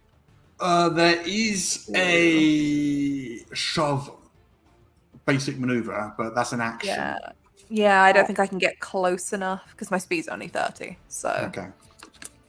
I'll push up alongside. Okay. Not directly close to either Constance or Royce, but kind of there, surrounding. Could I hold my action for if one of them Sure. like comes within my reach just to try and shove Sure. them to give Why not? either Constance Yeah, or yeah. Royce some Okay. advantage there? So I'll hold in case one of them decides to step up to the 7-foot tall Minotaur. Who's next? Yanis. Yes. Oh, I get to have another go. Great. So, I'm going to make use of that expertise die that Constance helpfully set up. So I'm going to leap over the top of the pillar, pulling my hoopak from its little... For those of you who don't know, hoopak is a really cool weapon that's like a staff with a slingshot on the end. Bart Simpson would have one. That's the way I think about it. Absolutely. Yeah. So I jump over the pillar, close the distance enough to be able to sling a bullet at the more damaged one, because I'm only a little thing and I can't do a lot of damage. Oh, that's an natural 20. So well, that's going to hit then. We'll take that one. Fabulous news. Glad I changed dice. So that will be 10 points of damage. It smacks Draconian in the head, who falls over back right in the center of the forehead, who falls over backwards and lands on his back with a massive, great big crashing sound as he turns to stone in mid-fall. Yes. And his wings break off, and the stone corpse lies there with 2 broken wings on either side of him. Perfect. All right. Did you see that? Magia, did you see that? It's Royce's turn. I think I'm going to make sure I can get there in time, use a bonus action dash in. Okay. And I'm just going to use my silver dagger. Yep. And try to go for a nice good sneak attack stab. Is sneak attack applicable? Yes. Yeah, he's in melee. So yeah. And you have an expertise dice on your attack because it's your first attack. Okay. Well, I don't really think I'll need it. Well, just for the fun of it then. Just for the big number of it all. Okay, Yeah. that is 21 to hit. That's going to hit. All right. Imagine Russ was like, no, this one's really hench. This one's very mithril. Yes. All right, so.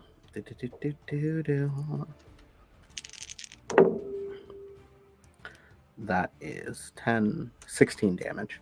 16. Dexterity saving throw. S'il play. All right, that's 14. 14's enough. You yank your dagger out just in time as the Draconian turns to stone. And that's it. They're all dead. Did we just... And while you quickly regroup and brush the dust off, I don't think any of you are particularly wounded. We will take a 10-minute break. Get drinks, do anything else we need to do, and come back in 10 minutes. Excellent. I am shocked none of us died in that combat. Just well done. You're getting quite tough now that you've got a couple of levels under your belt. Yeah. Level 3. Nice. All right. See you in 10.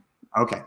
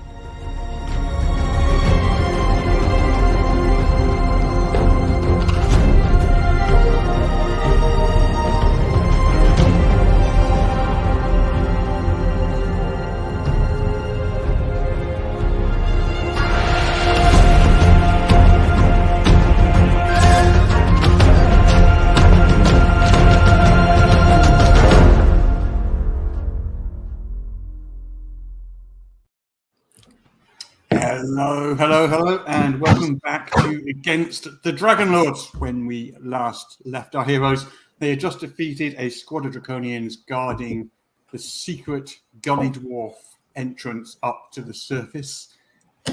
What are you doing now? Well, is it up the rope we need to go? Or was it past the rope, Yanis? Up the rope. Okay. Instructions. Well remembered, Royce.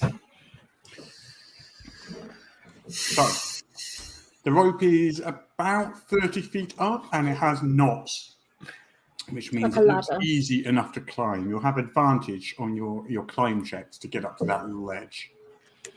Shall I go first in case there's something nasty up there? I can hold ground till everyone else gets up. Maybe Royce could be quiet going up and have a look and see if there's anything nasty up there first. Good tactics. Well done, Yanis. Yeah, I'll head up real quick. Okay, Sue, climb check, please. You got advantage? Okay, beautiful. So what was the roll again? That would be strength athletics. Okay, well, because it's strength and athletics, things I'm famously not good at, it's 17. It went down, so 18. It's an easy enough climb, though. So Good. you clamber up the rope 30 feet and pop your head over the ledge to see a cave, another cave, leading into the cliff. But standing, and the ledge is sort of like another 20 feet before you get to the cave. But standing in front of that cave stands an 8-foot-tall, muscle-bound creature wielding a great big club. It has dark green, warty skin and lank hair, and it is covered in little bits of armor that it's scavenged, like it's got breastplates as shoulder greaves and things like that. And as you pop your head up, the stench of it hits you as well. This thing stinks, absolutely stinks. It doesn't appear to have noticed you yet. So it's got a big bone in one hand and it's picking what's left of its yellow teeth. What is that? Sorry.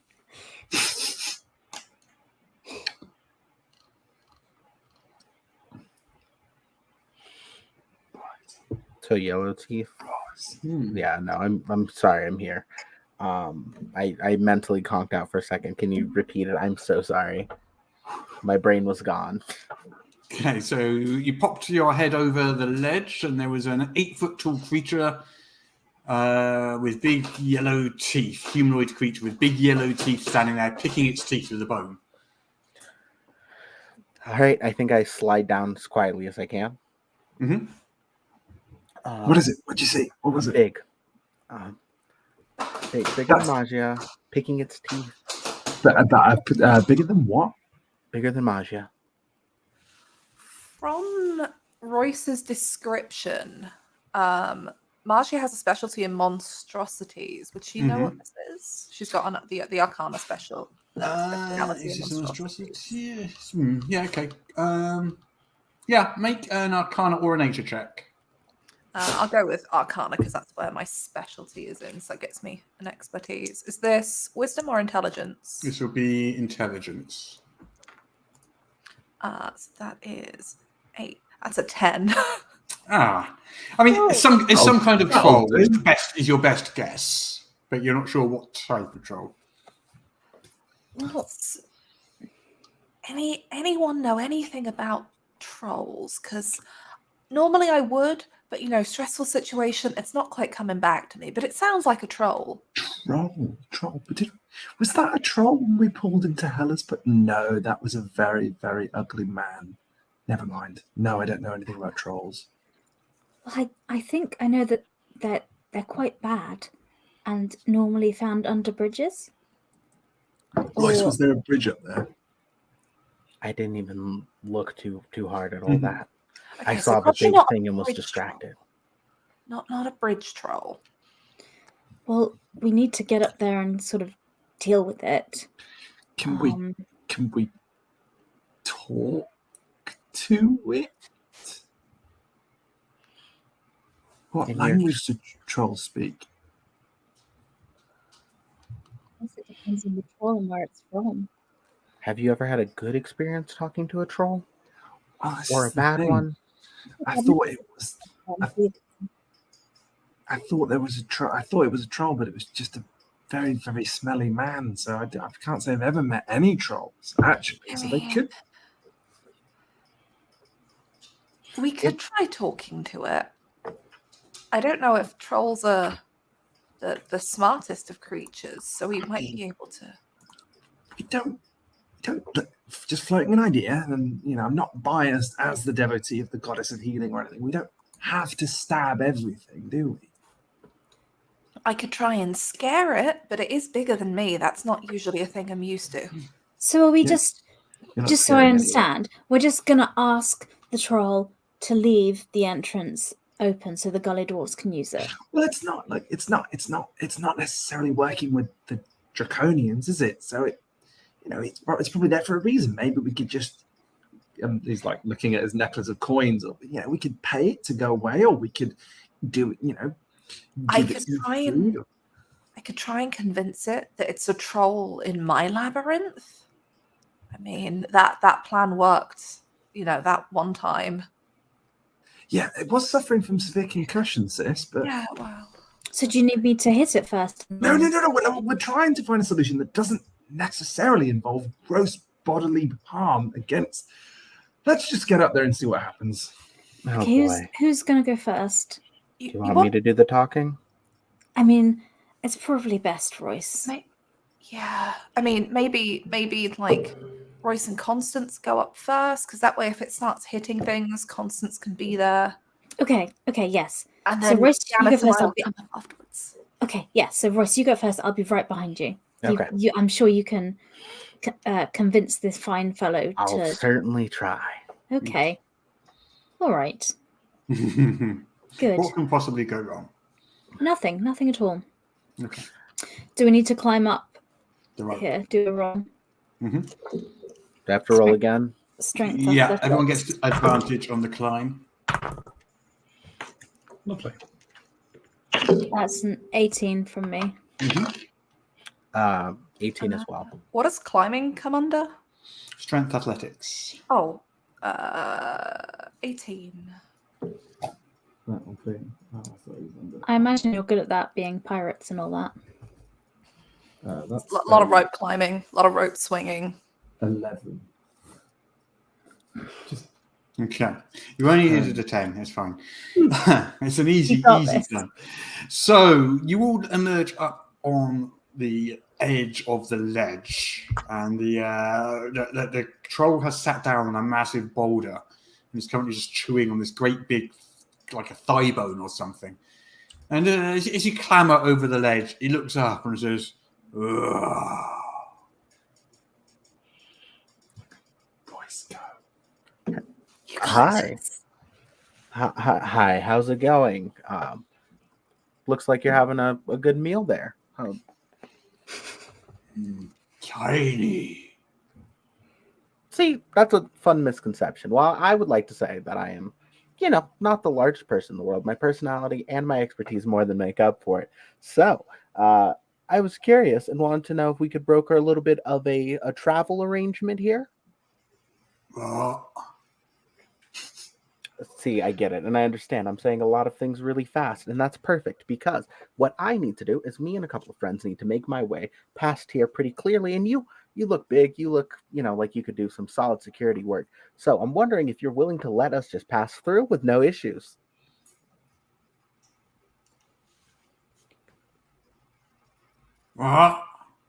See, perfect. Now, just say what one more time as we're doing this little exchange, and I'm going to take that as a term of agreement. So what do you say? Are you interested in this little business offering?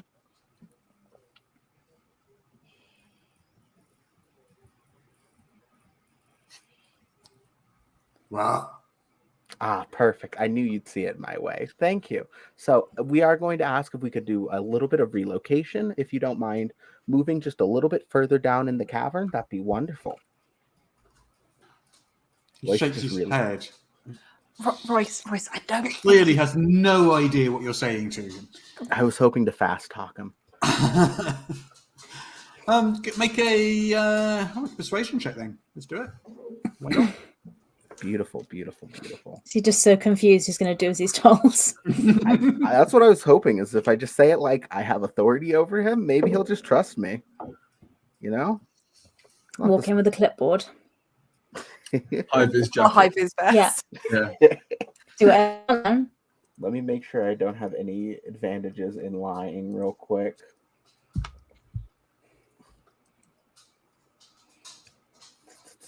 Nope. Okay. So it is a 19. He looks at you and says, "Other cave." Yeah. There's another one. If you go right down the ladder, off to the go right through a second time. I get it. You're gonna see the things that want to climb up. Just keep walking right past. Go up there. That cave entrance, perfect. The one near the stairs. Yes, the one near the stairs. What? The cave near the stairs. It's actually a little bit cooler. So you're able to like get a little bit of sleep easier. And I've heard the bones over there to die for. Incredible. Dragon Man say so? Yes. That was the most convincing yes ever. Maggie will Yeah. forward a bit and be like, yes, Dragon Man says that I look after this one and you get the one with the good food down there. You get promotion. Just like Royce here is telling you. What? You like food? Oh, yeah. You like good cave, because this, not good cave. No. Royce, and points at Royce. This worked for cave Dragon smell Man. bad. Royce worked for Dragon Man. Dragon Man says you do good. You move to good cave. Good Bad cave. Minotaur gets bad cave. Worst Minotaur. Awful. Oh. So you go to the good cave with All right. food. Okay. I go. Looks at Royce. It's like talking to drunk sailors. You just have to less words, and they. I eat you first? No. No. We work No. for Dragon Man. No. No. Dragon Man would put you in smellier cave if you eat us. Tastes bad. Okay, there you go. And with that, he puts his big club over his shoulder, walks to the edge of the ledge, just jumps down, because it's just like a small jump to him, lands with a thud, and just starts to march off down the cliff towards the other cave. Royce, you ever considered, like being in management? Because, if we start up that business we were talking about, you should totally be the face of it. I'm good at talking my way around a business contract. I have done some work for that before, and we'll talk about it later. I don't want to get into it. I can't believe that worked. He's So is this- gone. He's actually gone. So this is all we needed to do for the Golly Dwarves, is it? I feel like we should probably head up that way and make sure there's not. Yeah, some make more- sure the rest is cleared out. Oh, there was another bit beyond. Okay, the directions were just unclear, so I wasn't See. sure. If we just talk to people reasonably and not put hot, explodey things or sharp metal things in them as soon as we meet them, things could be easy. To be fair, we did lie, and if he was able to realize he was lying, he would come back angry. So, like, We should, just We should while do we're this heading that way, we should maybe pull that rope up afterwards, just in case some noise is made and that big old 8-foot dude comes back. oh, he doesn't need the rope for that. Yeah, I think he'll just. But it'll stop any more draconians coming up afterwards, and we can drop it down again when we leave. Yes, that's a good idea, and I will go and pull the rope up and just put it to the side. We're in charge now. Yeah. Okay, No, suddenly Hudson the dog is now. in charge. the platinum discs roll We down. found the out of Dragonlance. We all have 1,000,000 auto-aiming Dragonlances. We've won. Yeah. All my Right. dice now say 20 all the time. Even the ones that don't have Okay. 20 sides. So we pull the rope up, put it on the side, and then go to venture into the cave. Okay, so the cave is dark and it does, as mentioned, stink. And you venture into the cave about 30 feet before seeing some steps leading upwards inside. There's no lighting whatsoever in here, so if you can see in the dark, you can see. Otherwise, you're going to need to bring some lighting, but there's some narrow steps leading upwards into the cliff. Machia will activate her staff with a little glowing orb. Yeah. Okay. So the white light just spreads out from the staff in a sort of like 30-foot radius area, making the direction clear. The steps go up and up and up into the cliff. They're only like 3 feet wide, so like Magia's probably having to squeeze along quite a bit. And height-wise, probably stoop as well because they're not very tall either. And they go up and up and up into the cliff, kind of winding slightly as you head up there. It takes you probably at least an hour to carefully make your way up before you emerge on the ledge, the street where the library and the baths and all that were there. You find yourself just like emerging out of a sewer grate into that street. Okay, everybody be quiet because I feel like that librarian knows everything and we didn't show up for work this morning. Oh yeah. Just saying. Okay. So, what now? Do we have to go tell the gully doors that we did it? Yes, I think that's the next step. And Are we there any more? find them by... I can find our way back the way that we came. I'm really good at remembering routes. Yeah, it's a thing. Is there any sign that there are any more draconians? Can we hear anyone else Make a talking? perception check. I'm really good at this. Perception's wisdom, right? So that's 15. Okay. You can't. No sign of draconians here that you can see. As far as Mashi is concerned, this looks good. Unless, do we get the impression that this is the bit we were supposed to check, or are we supposed to keep going up? I don't know what impression you've got. Yeah. Oh, I said another route to get back to the top, and this is the top bit, right? Because where the library is, that was before we climbed down the vine bit, and then... Yeah. Yeah. Boo said it would be obvious. Yeah. And lo and behold, Boo Poo, it's not obvious. That's I what even asked her. I said, Boo Poo, are you sure it's going to be obvious? She went, I'm not getting involved. I mean, if we wanted to clarify, we could ask... I know we didn't turn up for work, but we have a good reason. And maybe we could ask the librarian, because they might know. I think he's going to be very mad at us and then probably try to make us do some work. Well, I mean, what is he going to do? He is a ghost. Maybe he's got ghost powers. Yeah, but he's also a ghost that managed to write on an actual piece of parchment and hand it to one of us. So at the very least, he can write us a fine, at the very least, which is just not... I mean, you don't want that on your Not karmic fine. balance, do you, Constance? Like a library fine? I You think pay maybe a the world does override anything that happens with not working for a ghost. We're already kind of working for one ghost if you think about it, but So Mashia has a labyrinth recall, which means she can remember routes that she's traveled. From here, because we came down this ledge, right? At some point. Yeah. Where did we come from here? Because we came out of like a bakery, right? From the tube. Yeah. So you came down the sewer pipe into the bakery. You came out of the bakery. It's basically one street up there, with two sides. So the library was opposite the baths, which were just down the street from the bakery. The other direction went to the waterfall and where you climbed down. Maybe we should check out the bakery and just make sure that's clear, because that has a pipe.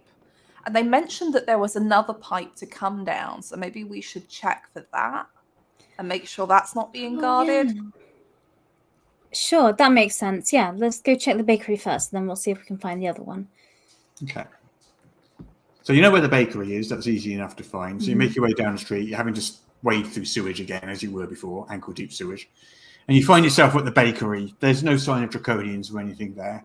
And the sacks are all still burst from when you crashed down into them. And you can still see the pipe coming down from the ceiling with like sewage just dripping out of it.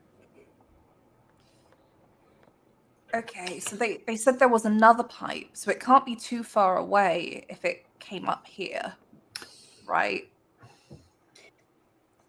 Can we go outside the bakery and look? Can we see any in the ceiling? Are there any like pipe? Like, is there a route to follow or anything like that?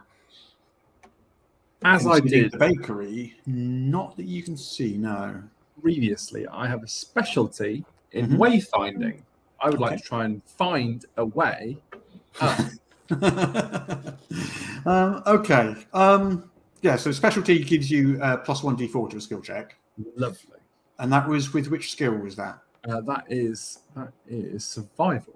Okay, so make a ooh, you're looking for something. Wisdom, survival with a plus d4. If I could find a d4. They appear to have all been completely buried. Ah, there's one. Lovely. Dreadful. That's appalling. Truly, truly dreadful. How dreadful? 9. So really bad. You haven't a clue.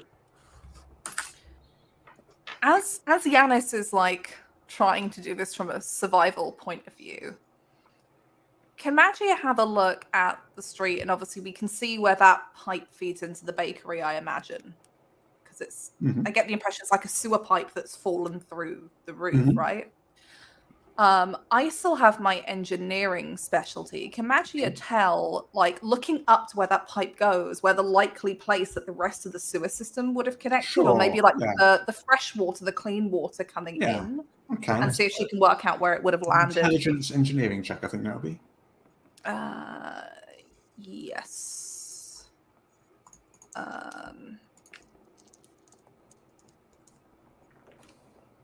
That will be 12. 12.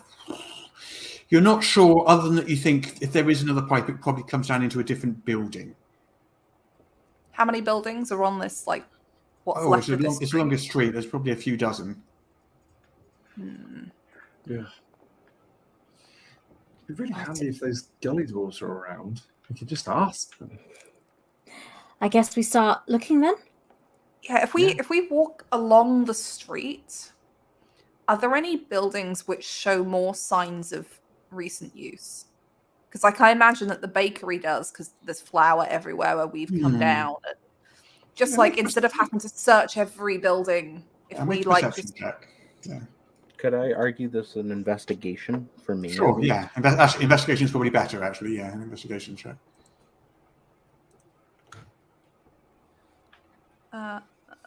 Investigation is wisdom or intelligence? I can't remember. That would be wisdom, because you're using your senses. You're looking for stuff.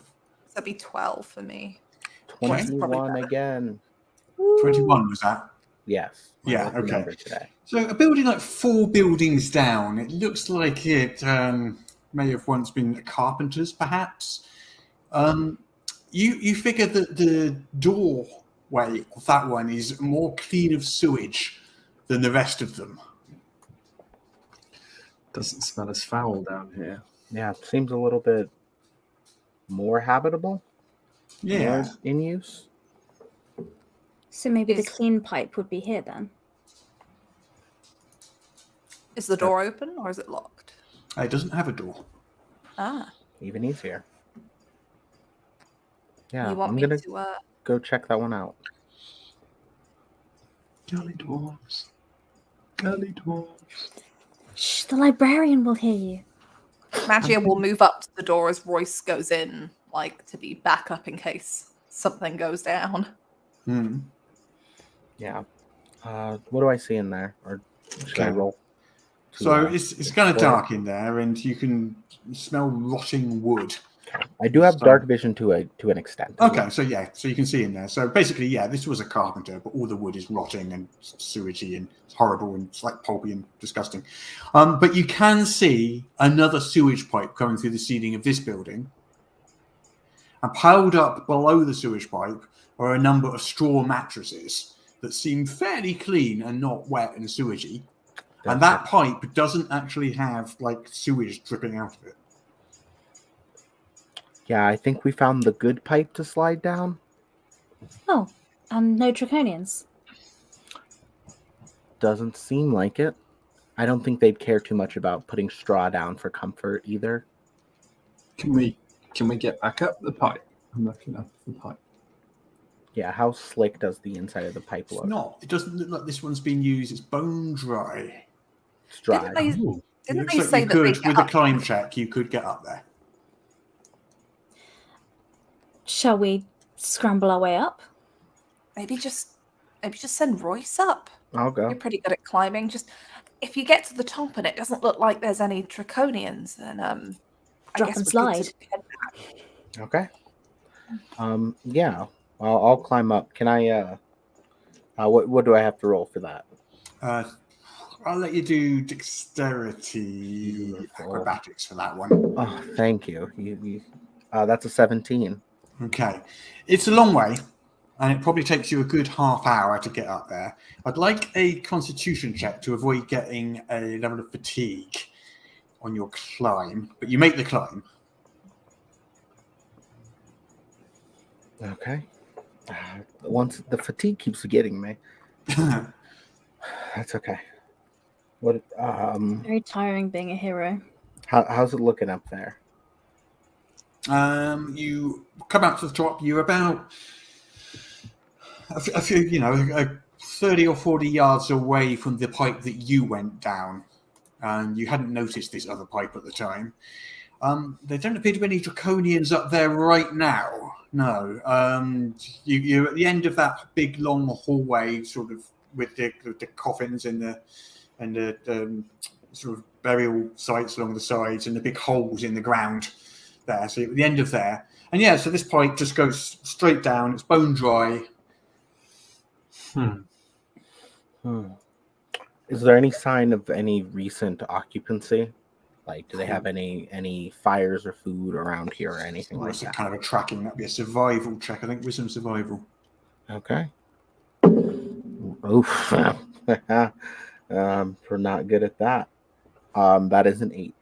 An 8. Yeah, you don't really see anything that would suggest to you that anything's been here. Okay. I'm gonna assume that's good enough then. I can't really imagine them coming in through this way, because this way kind of required us going through the temple. So I'm gonna I think just like yell down the pipe. I think we're good. Yeah. Royce's voice kind of echoes eerily into the carpenters at the bottom, just coming out of the pipe. I think we're good. Sounds like a ghost. Sticks her face into the pipes, like, you want to go back then? Yeah. It'll be nice using one of these that isn't disgusting. Actually, we'll pile up some of the straw mats at the bottom and make sure they're in the right place for Royce when she slides back down. How long is this pipe? Sure, about 500-600 feet long. God, never mind. Okay. Yeah, I'll slide back down. I think I just look out on the way down. Okay, so you slide down the pipe. It's a slower ride than the other pipe, the slick, sewagey pipe, and you emerge from the bottom, nice and clean, fall out of the pipe and tumble into the pile of mattresses with a nice, soft, safe landing. Yeah, Constance, I can absolutely say now, they were absolutely messing with us when they made us go down the other one. This one is slower and nicer, and you won't get covered in flour. Yeah, that does make sense. I think they like jokes when other people don't understand them. Yeah. They're allies today. Mm-hmm. On a I mean, to different be day? fair, it sounds like they don't get many visitors, and this is a pretty miserable place. And their city is being systematically ransacked by Draconians. So get it last week and find them. So we heading back now? I know the way. I guess. I mean, as long as we won't run into that, what's he, a troll again? We should warn them about that to like be quiet when they go past that cave. Yeah. Because, yeah. Okay. Okay, so back down the big staircase through the cliff. Takes you about 20 minutes to get down there. That's how we walk, obviously. Out in the troll cave, out onto the ledge, down the rope. You find yourself back in the lowest levels of Zaxaroth. Okay. You can see that the Draconians that you killed have now crumbled away and they're no longer stone statues. Too right. Oh, did we have any weapons stuck in them? Or did we get them all out? No, I think you were fine. I'll retrieve my bullet. Okay. I guess we head back to like the HQ. The high bob. Back The the way high the bob. door took us. Okay. So that we can avoid all those patrols. Okay. So you carefully creep your way through the city. You can have a group stealth check so you can avoid Draconian patrols. All right. You know what's great for group checks is teamwork, which means everyone gets an expertise die on their roll. I have labyrinthine recall, which means I can perfectly recall any path I've traveled. Does that give us any bonus here in that we remember exactly? Just means you won't get lost, that's all. Ah, cool. Okay. Thankfully. 16. 14. Wait, this was stealth, right? Yes. So 13. Thankfully, I'm lucky. All right, you have a 16 as well, Constance. Yes. So 16 and 16, Yanis. I rolled a 1, then re-rolled that because I'm lucky, and then rolled a 20. This die is Wow. Okay. all over the Green shop. dice. Okay. So 3 of the 4 of you pass. So you make it back to the alleyway which contains the secret door to the Rebel HQ, as it were. Do we have to do the awkward knock? Do you remember it? Yes. Labyrinthine recall also says my memory is similarly reliable regarding knowledge, although it can take me a while to methodologically trace how I learned something. It was like 3 knocks a gap, 1 knock. It was 1, 2, 3, 1, 2, 1, 2, 3, 1, 2, 3, 1, 2. Something like that. I had listened hard for a second about. Did someone want to give it a go then? Knock it out on the desk? Yeah. How confident are you there? Yeah, there we go.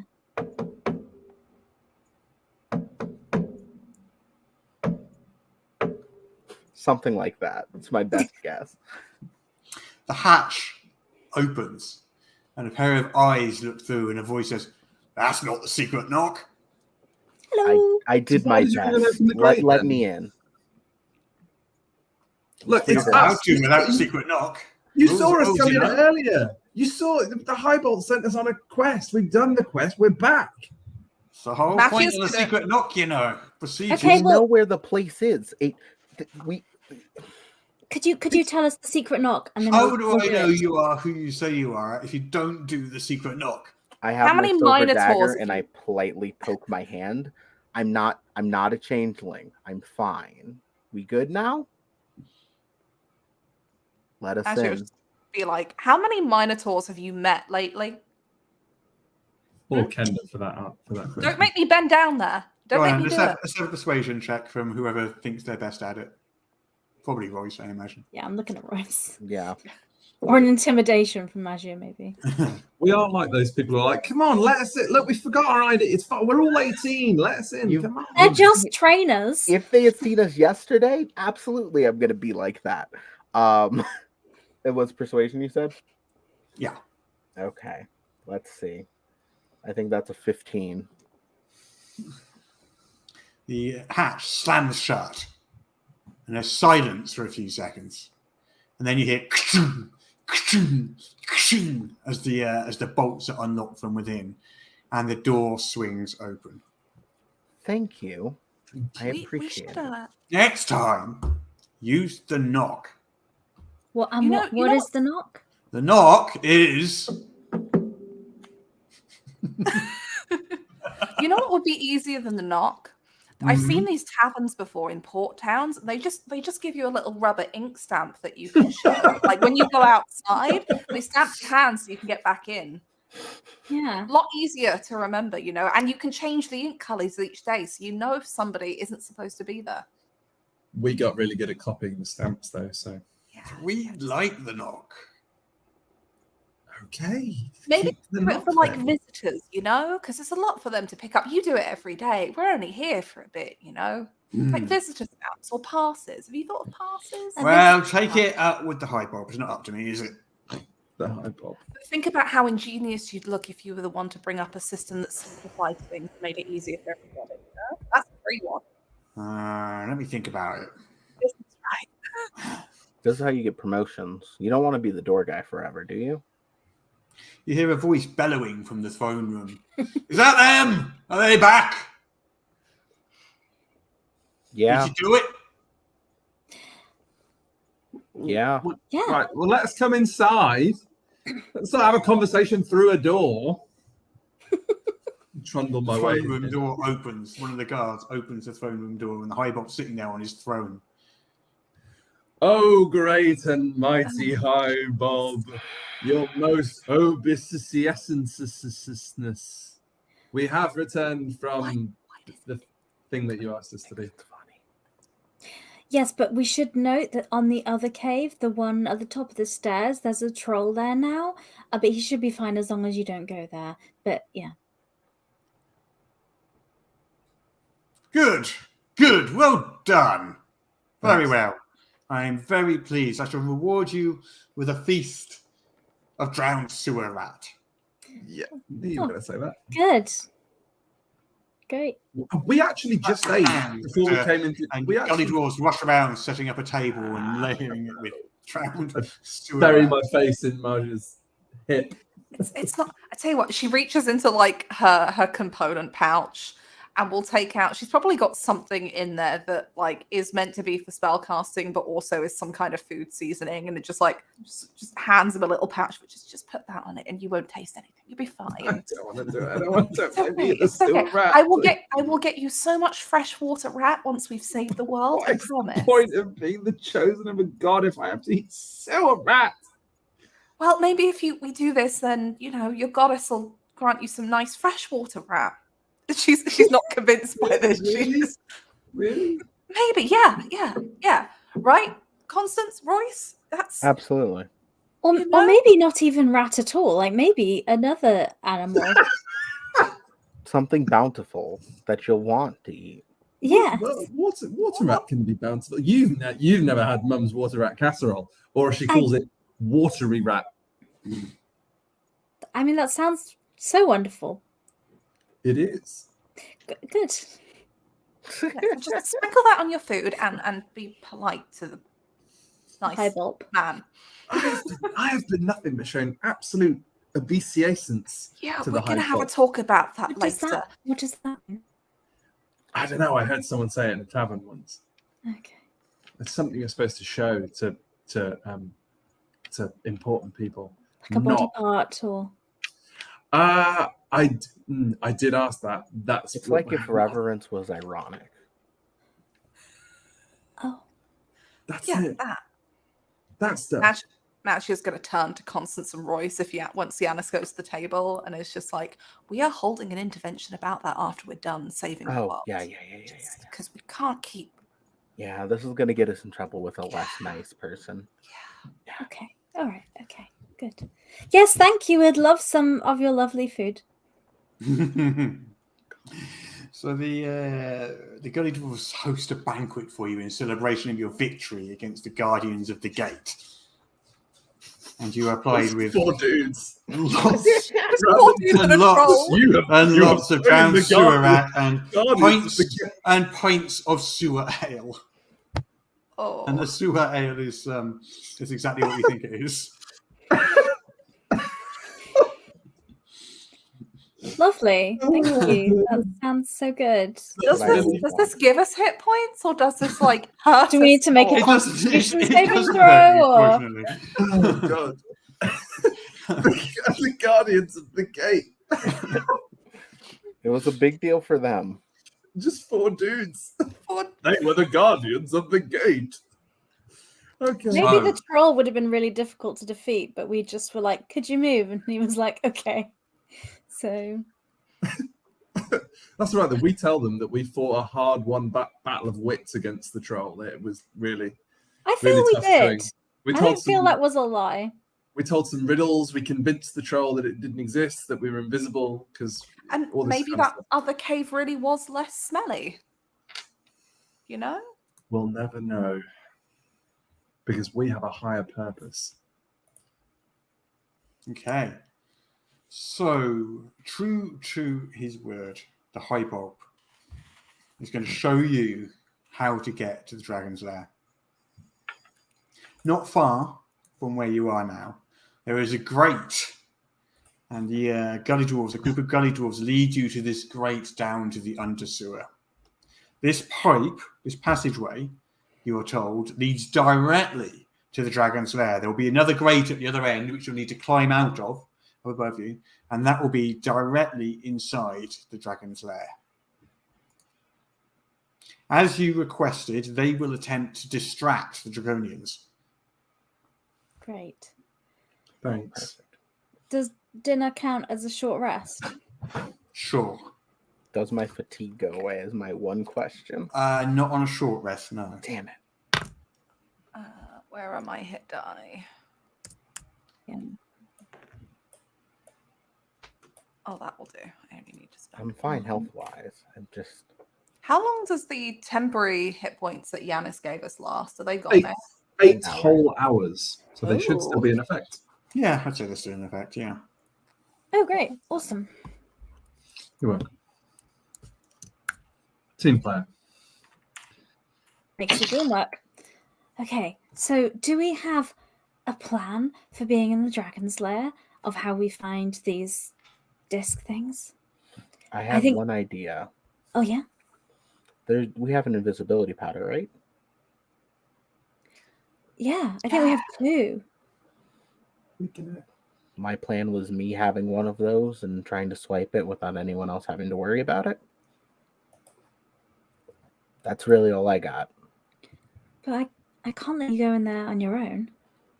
What if something happens? What if he could, like, they can, not that you smell bad, but what if they can smell you or something, you know? Again, you don't smell bad. It's No, I because, know, you know, dragons. Yeah. I want to be clear. I mean, It's just, well, we have been exercising a lot and going through sewers, but the point is, it could be dangerous. oh yeah. And it could be a lot of stuff to look through. I had a word with Meshikal while we slept, by which I mean I generally asked. And I think that I can use divine magic to pinpoint us in the direction of the discs. Okay. So that should help us narrow it down once we get into the hoard itself.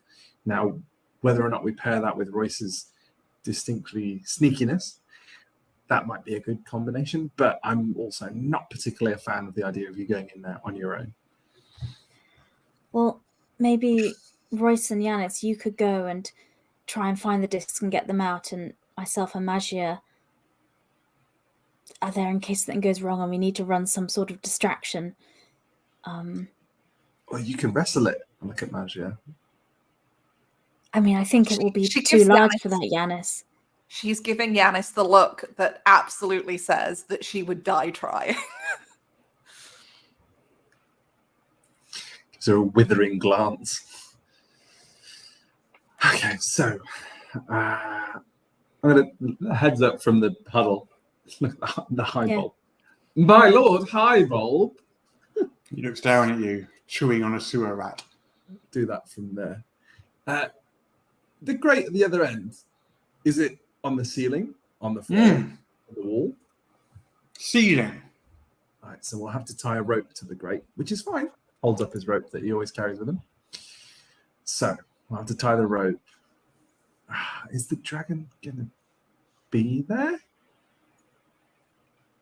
He shrugs. Well, The dragon doesn't really keep us apprised of its daily goings. It was a rhetorical question, but thank you, my noble Lord High Bulb. Thank you. We're going to go back huddle now. I appreciate you would not receive a prizes, which I assume is some form of a letter from them. But perhaps we could... Well, we know that the well entrance is at the top there, so maybe some of us could go up top to draw out the dragon to give you time to search. Last time one of us drew out the dragon, they died. To be fair, I was trying to keep it busy. If you keep a single straight shot from the well to the temple, it was not able to get into the temple and burn it down. Okay, so just to clarify, the plan is one person is going to go up to the top and draw the enormous acid-breathing dragon up out of the well, and then try and get to the temple faster than the dragon. Well, maybe two of us in case something went wrong. Right. Okay. And if it goes wrong, we are still next to Mystical. Maybe we get a second chance, a third chance for some of us. I'm kind of new to the whole thing, but I have got a funny feeling it doesn't really get given out often. I think we have to do this and we have to try. And I mean, we're on a dangerous mission, and I'm aware that doing this may cost me my life, but I think if we don't do this, we know thousands of others will lose theirs. So I understand the risks, and I'm willing to go. I would offer to go up top, but I'm not particularly fast. I don't think I could make that run. But if someone's going up there, I'm happy to give them my staff. If they needed to get into us, they could just jump down the well and use it to cast further fall. I think the dragon probably moves faster than someone would fall. In which case... I mean, at least in its lair, it can't fly. It'll be confined by the space, right? Look, Royce and I can be quite quiet. We'll just use the powder. I'm gonna say, Giannis, is there a chance that you might get distracted with the amount of things to take? That is a good point, brother. I'm not judging. I get it. I'm the same way. But how much stuff do you think there'll be? A lot of it. Like a lot? A lot of really shiny stuff. Oh. Well, then It's the best kind of stuff. No, look, this is really important. We have to do this. If you can hold off, I can hold off. Right? Hold out a hand for Royce. Royce makes a face of like, sure, I was planning on holding off.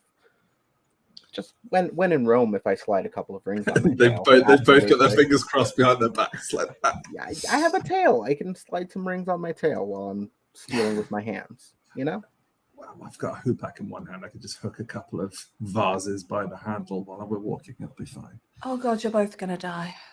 Just Magia. Look, Magia, taller than both of them, able to see them both crossing their fingers behind their backs. Maj. If I'm not touching it with my hands, I'm not taking it. I'm just picking it up as we go. No, you tried that defense once before in a jeweler's and it didn't quite work. And, you know, there's no bailing you out of jail this time. This time you're going to be eaten by a dragon. Well, hopefully not, because he is, you know, the shining beacon of hope we have in this terrible war. Sort of adjusting my headband as you I'll say be good that. if you be good. Okay, fine. So, Fine. So shall I to the top to the temple and draw the dragon out? Okay. I didn't use my brand new feature, listeners, readers, watchers at home, premonition, which is my sign of faith ability. When we took a long rest, I either receive a piece of information which will aid us in the next section of the adventure, such as maybe where the discs are, or I can roll a d20 and then I can replace a roll that from a creature that I can see with that roll at some point. Up to you, Russ. Do you want me to have a d20 that I can slot in, or would you like to tell me a cool piece of information? Let's go with the D20. Okay. Easier and cleaner. Okay, cool. So just for posterity, I have an 11 in case I forget. 11. So you can give yourself the 11 or someone else the 11. The exact wording of the thing, because as we know, I'm dreadful at remembering rules. A piece of information that will help you, blah, blah, blah. Or how one action will play out before the end of your next long rest. Roll a d20 before the end of your next long rest. You may choose to replace any roll made by a creature that you can see within 30 feet of you with the result of that roll. Make it the dragon because it's an 11. Okay. That's a really cool trait. I'm really glad I took that. So, don't worry. Okay, fine. Come on then. Who's doing what then? So I'll head to the temple. Just you? Shall I go, Ollie? We'll look at Constance and just go, do you want me to come? I'm too big and too clumsy to sneak around with those two. I'm just not very fast. Perhaps having you at the temple to pull me back should something go wrong. Okay. Yes, I would be honoured to have you by my side. We should make our way to the top so that we'll be there by the time you get to the lower parts of the... Maggio will turn around to look at Royce. Look after him, okay? Okay. You keep an eye on her. Squeezing Constance's vambrace and going, don't let my sister die. Maggio will turn around. It's usually the other way round, to be fair. Maggio will turn around and pick Yanis up and a bit of a too tight hug. Do not get eaten by a dragon, okay? Okay, you first. Down. Okay. Constance turns to Royce before she goes and says, I believe this is the greatest mission of my life, and protecting Yanis so that we can do this is the utmost importance. And I am so pleased, my dear friend, that you are the person to aid me in this quest. I know you will do everything in your power to protect him and to complete the quest as we know it must be done. We already promised you're not allowed to die. So you better be okay. Well, I'm far better at keeping the promise than you are so far. Okay. And she'll give her a hug before they turn to go.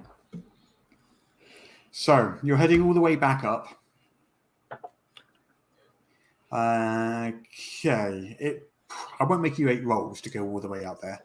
So you're going to have to sneak across the city, climb up the rope, go up the stairs, climb up the sewer pipe, and then across the broken floor, out into the plaza. So that's probably going to take you a few hours to do. Yeah. And it would normally take quite a lot of rolls to get all the way up there. But I don't think we all want to sit here and watch you make like a million ability checks. So no, I could hit a chain for like 6 rounds instead, if that would be more entertaining. You do make it up there after sort of like 3 or 4 hours travel, weary and battered a little bit. And you probably killed a couple of draconians en route. But you make it up to the plaza and stumble out of the temple into the bright sunlight. It's daytime. And you can see the plaza is there. You can see that big ominous well in front of you. There's no sign of the dragon at the moment. Are there any draconians around outside? Not that you can see. Right. Constant will turn to Maggie and be like, right.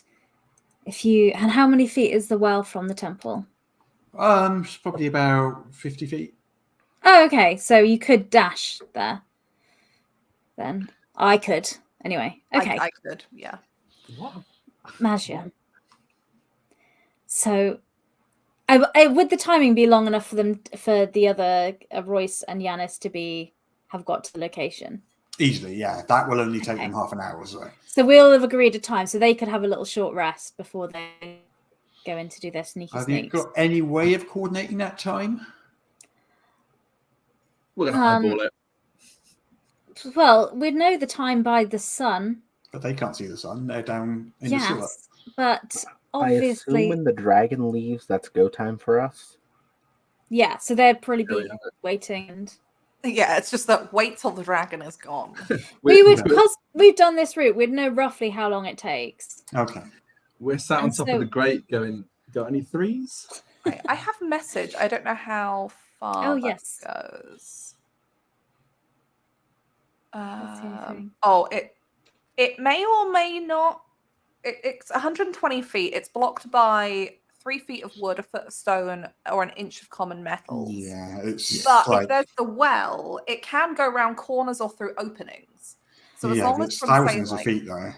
Yeah. Okay, never mind. All right. Well, we could have arranged for you to drop a rock down the well when you get there. That would have been something smart that we would have done. Right. I'll go and make the drop. If you stand here with the doors open, and if something goes wrong, step in to help, I guess. Okay, but I need you to make me a promise, Constance. Whatever happens out here, if I go down again, your priority is to get back to Yanis and get him to where he has to go.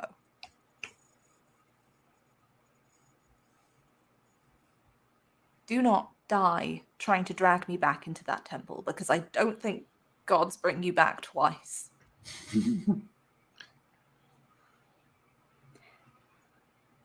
I understand the mission.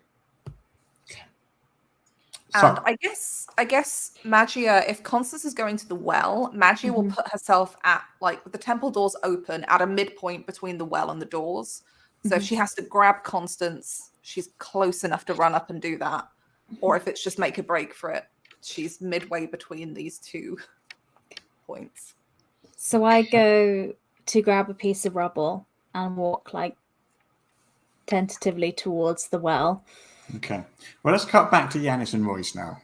Okay. Because they have entered the sewer near the Rebel HQ and travelled a few hundred yards through disgusting sewage before they find themselves below a grate. Looking up at that grate, which is also dripping with sewage, you can see there is a large chamber up above you. Oh, we're underneath it. Oh, that's good. I thought we were going to be in the ceiling. Oh, no, the ceiling of the sewer. Sorry. Misunderstood the question. Great. Well, that's much better. That's way better. So, without underneath the grate. So, it's been a while. Do we think they're dead? No way. That's what I thought. I think Royce is uncharacteristically, like, serious for all of this. You okay? A little worried that my luck might run out, but I think I'm just scared. I think the seas are going to dry up and the land's going to get rolled up and taken up into the sky with the gods before your luck runs out. How are you so calm in all of this right now? Well, I guess you've had more freakouts the entire time, so maybe it's evening out now.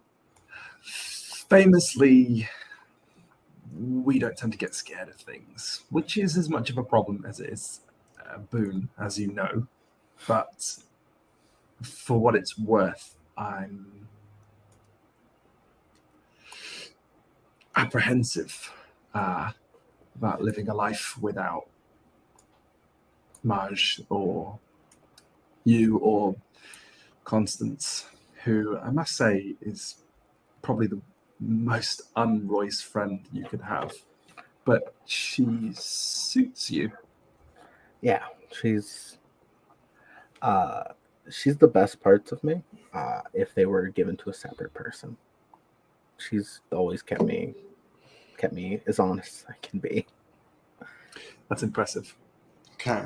So you get through this gate somehow. Great, even. Are there Okay. any sort of like bolt or anything on it? Yeah, it looks like it's going to be a thieves' tools check. Gotcha. Hopefully, there's a rogue somewhere. You're in luck. A burglar, perhaps. A burglar. No. Burglar, perhaps, yes. Okay, I rolled a 2, but you've got it's wild. wild. I am so simultaneously lucky and unlucky involving that. Okay, plus proficiency, plus I have expertise on it, hence the old burglary. All right, so that is 17 in total. Okay, you deftly unlock the grate, and it swings, because it's so covered in sewage, it swings down quite silently, leaving a clear way up into the dragon's lair. From where you are, you can't see into the lair, really, from where you are. You can only see straight up, so you don't know if the dragon's in there, or if there's any treasure there, or anything from where you are. Okay, you're better in the dark than I am. Do you wanna? Do we have the invisibility stuff with us? I'd assume we took it with us. Do we wanna do that now or wait? Well, I didn't hear anything drop, but I don't know how close we are to the well. Can you see the light from up above anywhere? I think I'll stick my head out as stealthily as possible. Brave. So, you stick your head out, and you can see... Well, the first thing that you notice, of course, is the enormous, great big, black dragon in the center of the chamber, which is a massive, massive circular chamber, a few hundred feet across.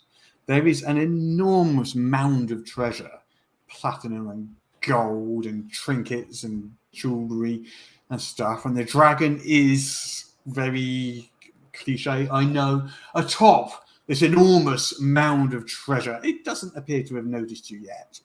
Far, far, far above, you can see the tiny pinprick of light that is the well. A few thousand feet above you. I stick my head back down in. It's still there. I can see the light, so I'll know when it's moving up. The second we hear those wings flap, we take invisibility, then we move. Okay. Smash and grab, easy. Bryce. Okay. Bryce. Yeah. I think between you, me, and Maj, this is probably the best story we're going to get. Oh, yeah.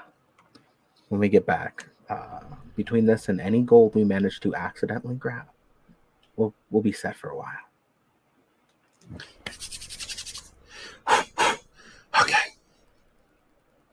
Okay. So, up at the top. Yes. Constance and Magia.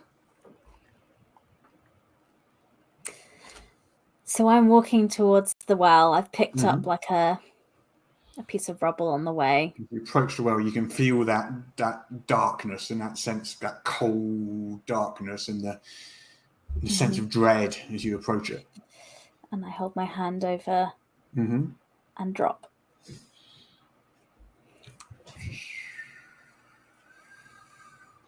Rock falls and falls and falls and falls and falls and falls, thousands of feet, until it clatters to the ground in the middle of the chamber containing the dragon. Royce, with your head there stuck up, you see the dragon snap its head up. Its eyes fix on the rock, and it lets out a quick sizzling blast of acid which melts the rock instantly. And then it looks up at the hole, crouches down, and then launches itself up into the air like an arrow, shooting straight upwards towards the well. You guys up at the top, you can feel the dragon approaching, the sense of dread and the sound of whooshing air going. And the dragon bursts out of the well, blocking the sun, spreading its wings and circling round. Its eyes are lighting on you, and it breathes in a big sucking breath, ready to blast you with acid. And we will stop there for the night on a nice big. No! You fiend! You fiend. Because it had to be a cliffhanger. Well, Thank so far you it's all. all gone to plan. So far. Thank you all so much. I had a blast tonight. Next week's going to be a big week. There is a chance someone might die next week. That Nah. never Really? happens in this game. Nah. Not at all. Okay, so before we go, shall we quickly do call-outs? Let's start with Jess. Would you like to call out anything you want to plug? Tell people where they can find you. Anything else you want to say? Yes, I am on the internet at Tabletop Jess, where you can see stuff I do. But as you can see in the top corner over there, at EM Publishing RPG is where we produce all our content, and you can have a look at that stuff. Also, we have a Kickstarter ending on Thursday for Level Up Advanced 5th edition, which is the Gate Pass Gazette annual. It's the first one we have for 2022, so it's the first 10 issues. You can pick them all up there on Kickstarter. So if you look up Morris or Gate Pass Gazette or Level Up on Kickstarter, you can find it. Or if you go to our socials, there's links at the top of there pinned. Okay. Dad, do you want to go next? Sure. Hi, I'm Dare, pronouns she, they, Faye. You can find me on all parts of the internet at Dare to Dream RPG. That is DARE, the number 2, DREAM RPG. I'm a writer, editor. I do a million things. If you want to find me on some shows, I'd recommend checking out Transplanter RPG. It's an all-trans D&D POC-led actual play. It's great. We're in our final 3 episodes. You can catch up in time, I promise. Just don't eat or sleep for the next week and you'll catch up. In terms of other things, follow me because tomorrow's my birthday and I want lots of attention. So give me all the attention. Happy birthday. Happy birthday. Happy birthday. Are we allowed to ask how old you are? Oh, yeah, 27. 27. Happy 27th birthday. Thank you. But yeah, that's it for me. I'm just going to be obnoxious about my birthday tomorrow on Twitter. So, Nice. So Love follow that. me to hear that and see that. Yeah, sounds reasonable to me. Jack? Hello. Hi, everyone. Thanks for tuning in. As per usual, I have the least to plug out of anybody. Please follow me on Twitter. You can see it there on the screen at Jack_Mellings. I announce any performances, stuff I'm doing, or bits and pieces that I'm working on there. So check me out. Other than that, remember to eat 5 pieces of fruit and veg a day. It's good for you. Great. And V. Hello, I'm V. You can find me on the internet, mostly Twitch and Twitter at Tabletop Horde. For once, there are things that I can say that I'm doing that aren't under NDA anymore. So keep an eye out on my Twitter because I am working on some layout for an adventure for Soul Muppet Publishing for Orbital Blues, which I'm super Love that excited game. about. I get to start on that very, very soon. So I've been told I get to talk all about it when I do. And also coming up next week on February 15th, I will be running the behind the scenes for a 12-hour charity stream called Life Day that's running over on twitch.tv/Chaz, CHAZZ, Redhead. It is Chaz's kind of personal holiday that celebrates having good mental health. As the name would suggest, it is called Life Day. They're raising a bunch of money for mental health charities. They're going to have some great performers on, people talking about mental health stuff, games of werewolf, tons of guests. So much effort has gone into it. So please come and check it out. And you can find out all about the GoFundMe if you go and have a look at the Twitch or Chaz's Twitter, which is Chaz Redhead. Okay. Well, thank you all so much for joining me this week. I am Russ, aka Morris, or Morris, aka Russ. You can find me at EN World. That's enworld.org. And until next week, when we find out what happens when our heroes confront a adult black dragon, because that's a sensible thing that 3rd level characters should definitely do. Until next week, goodbye, everybody.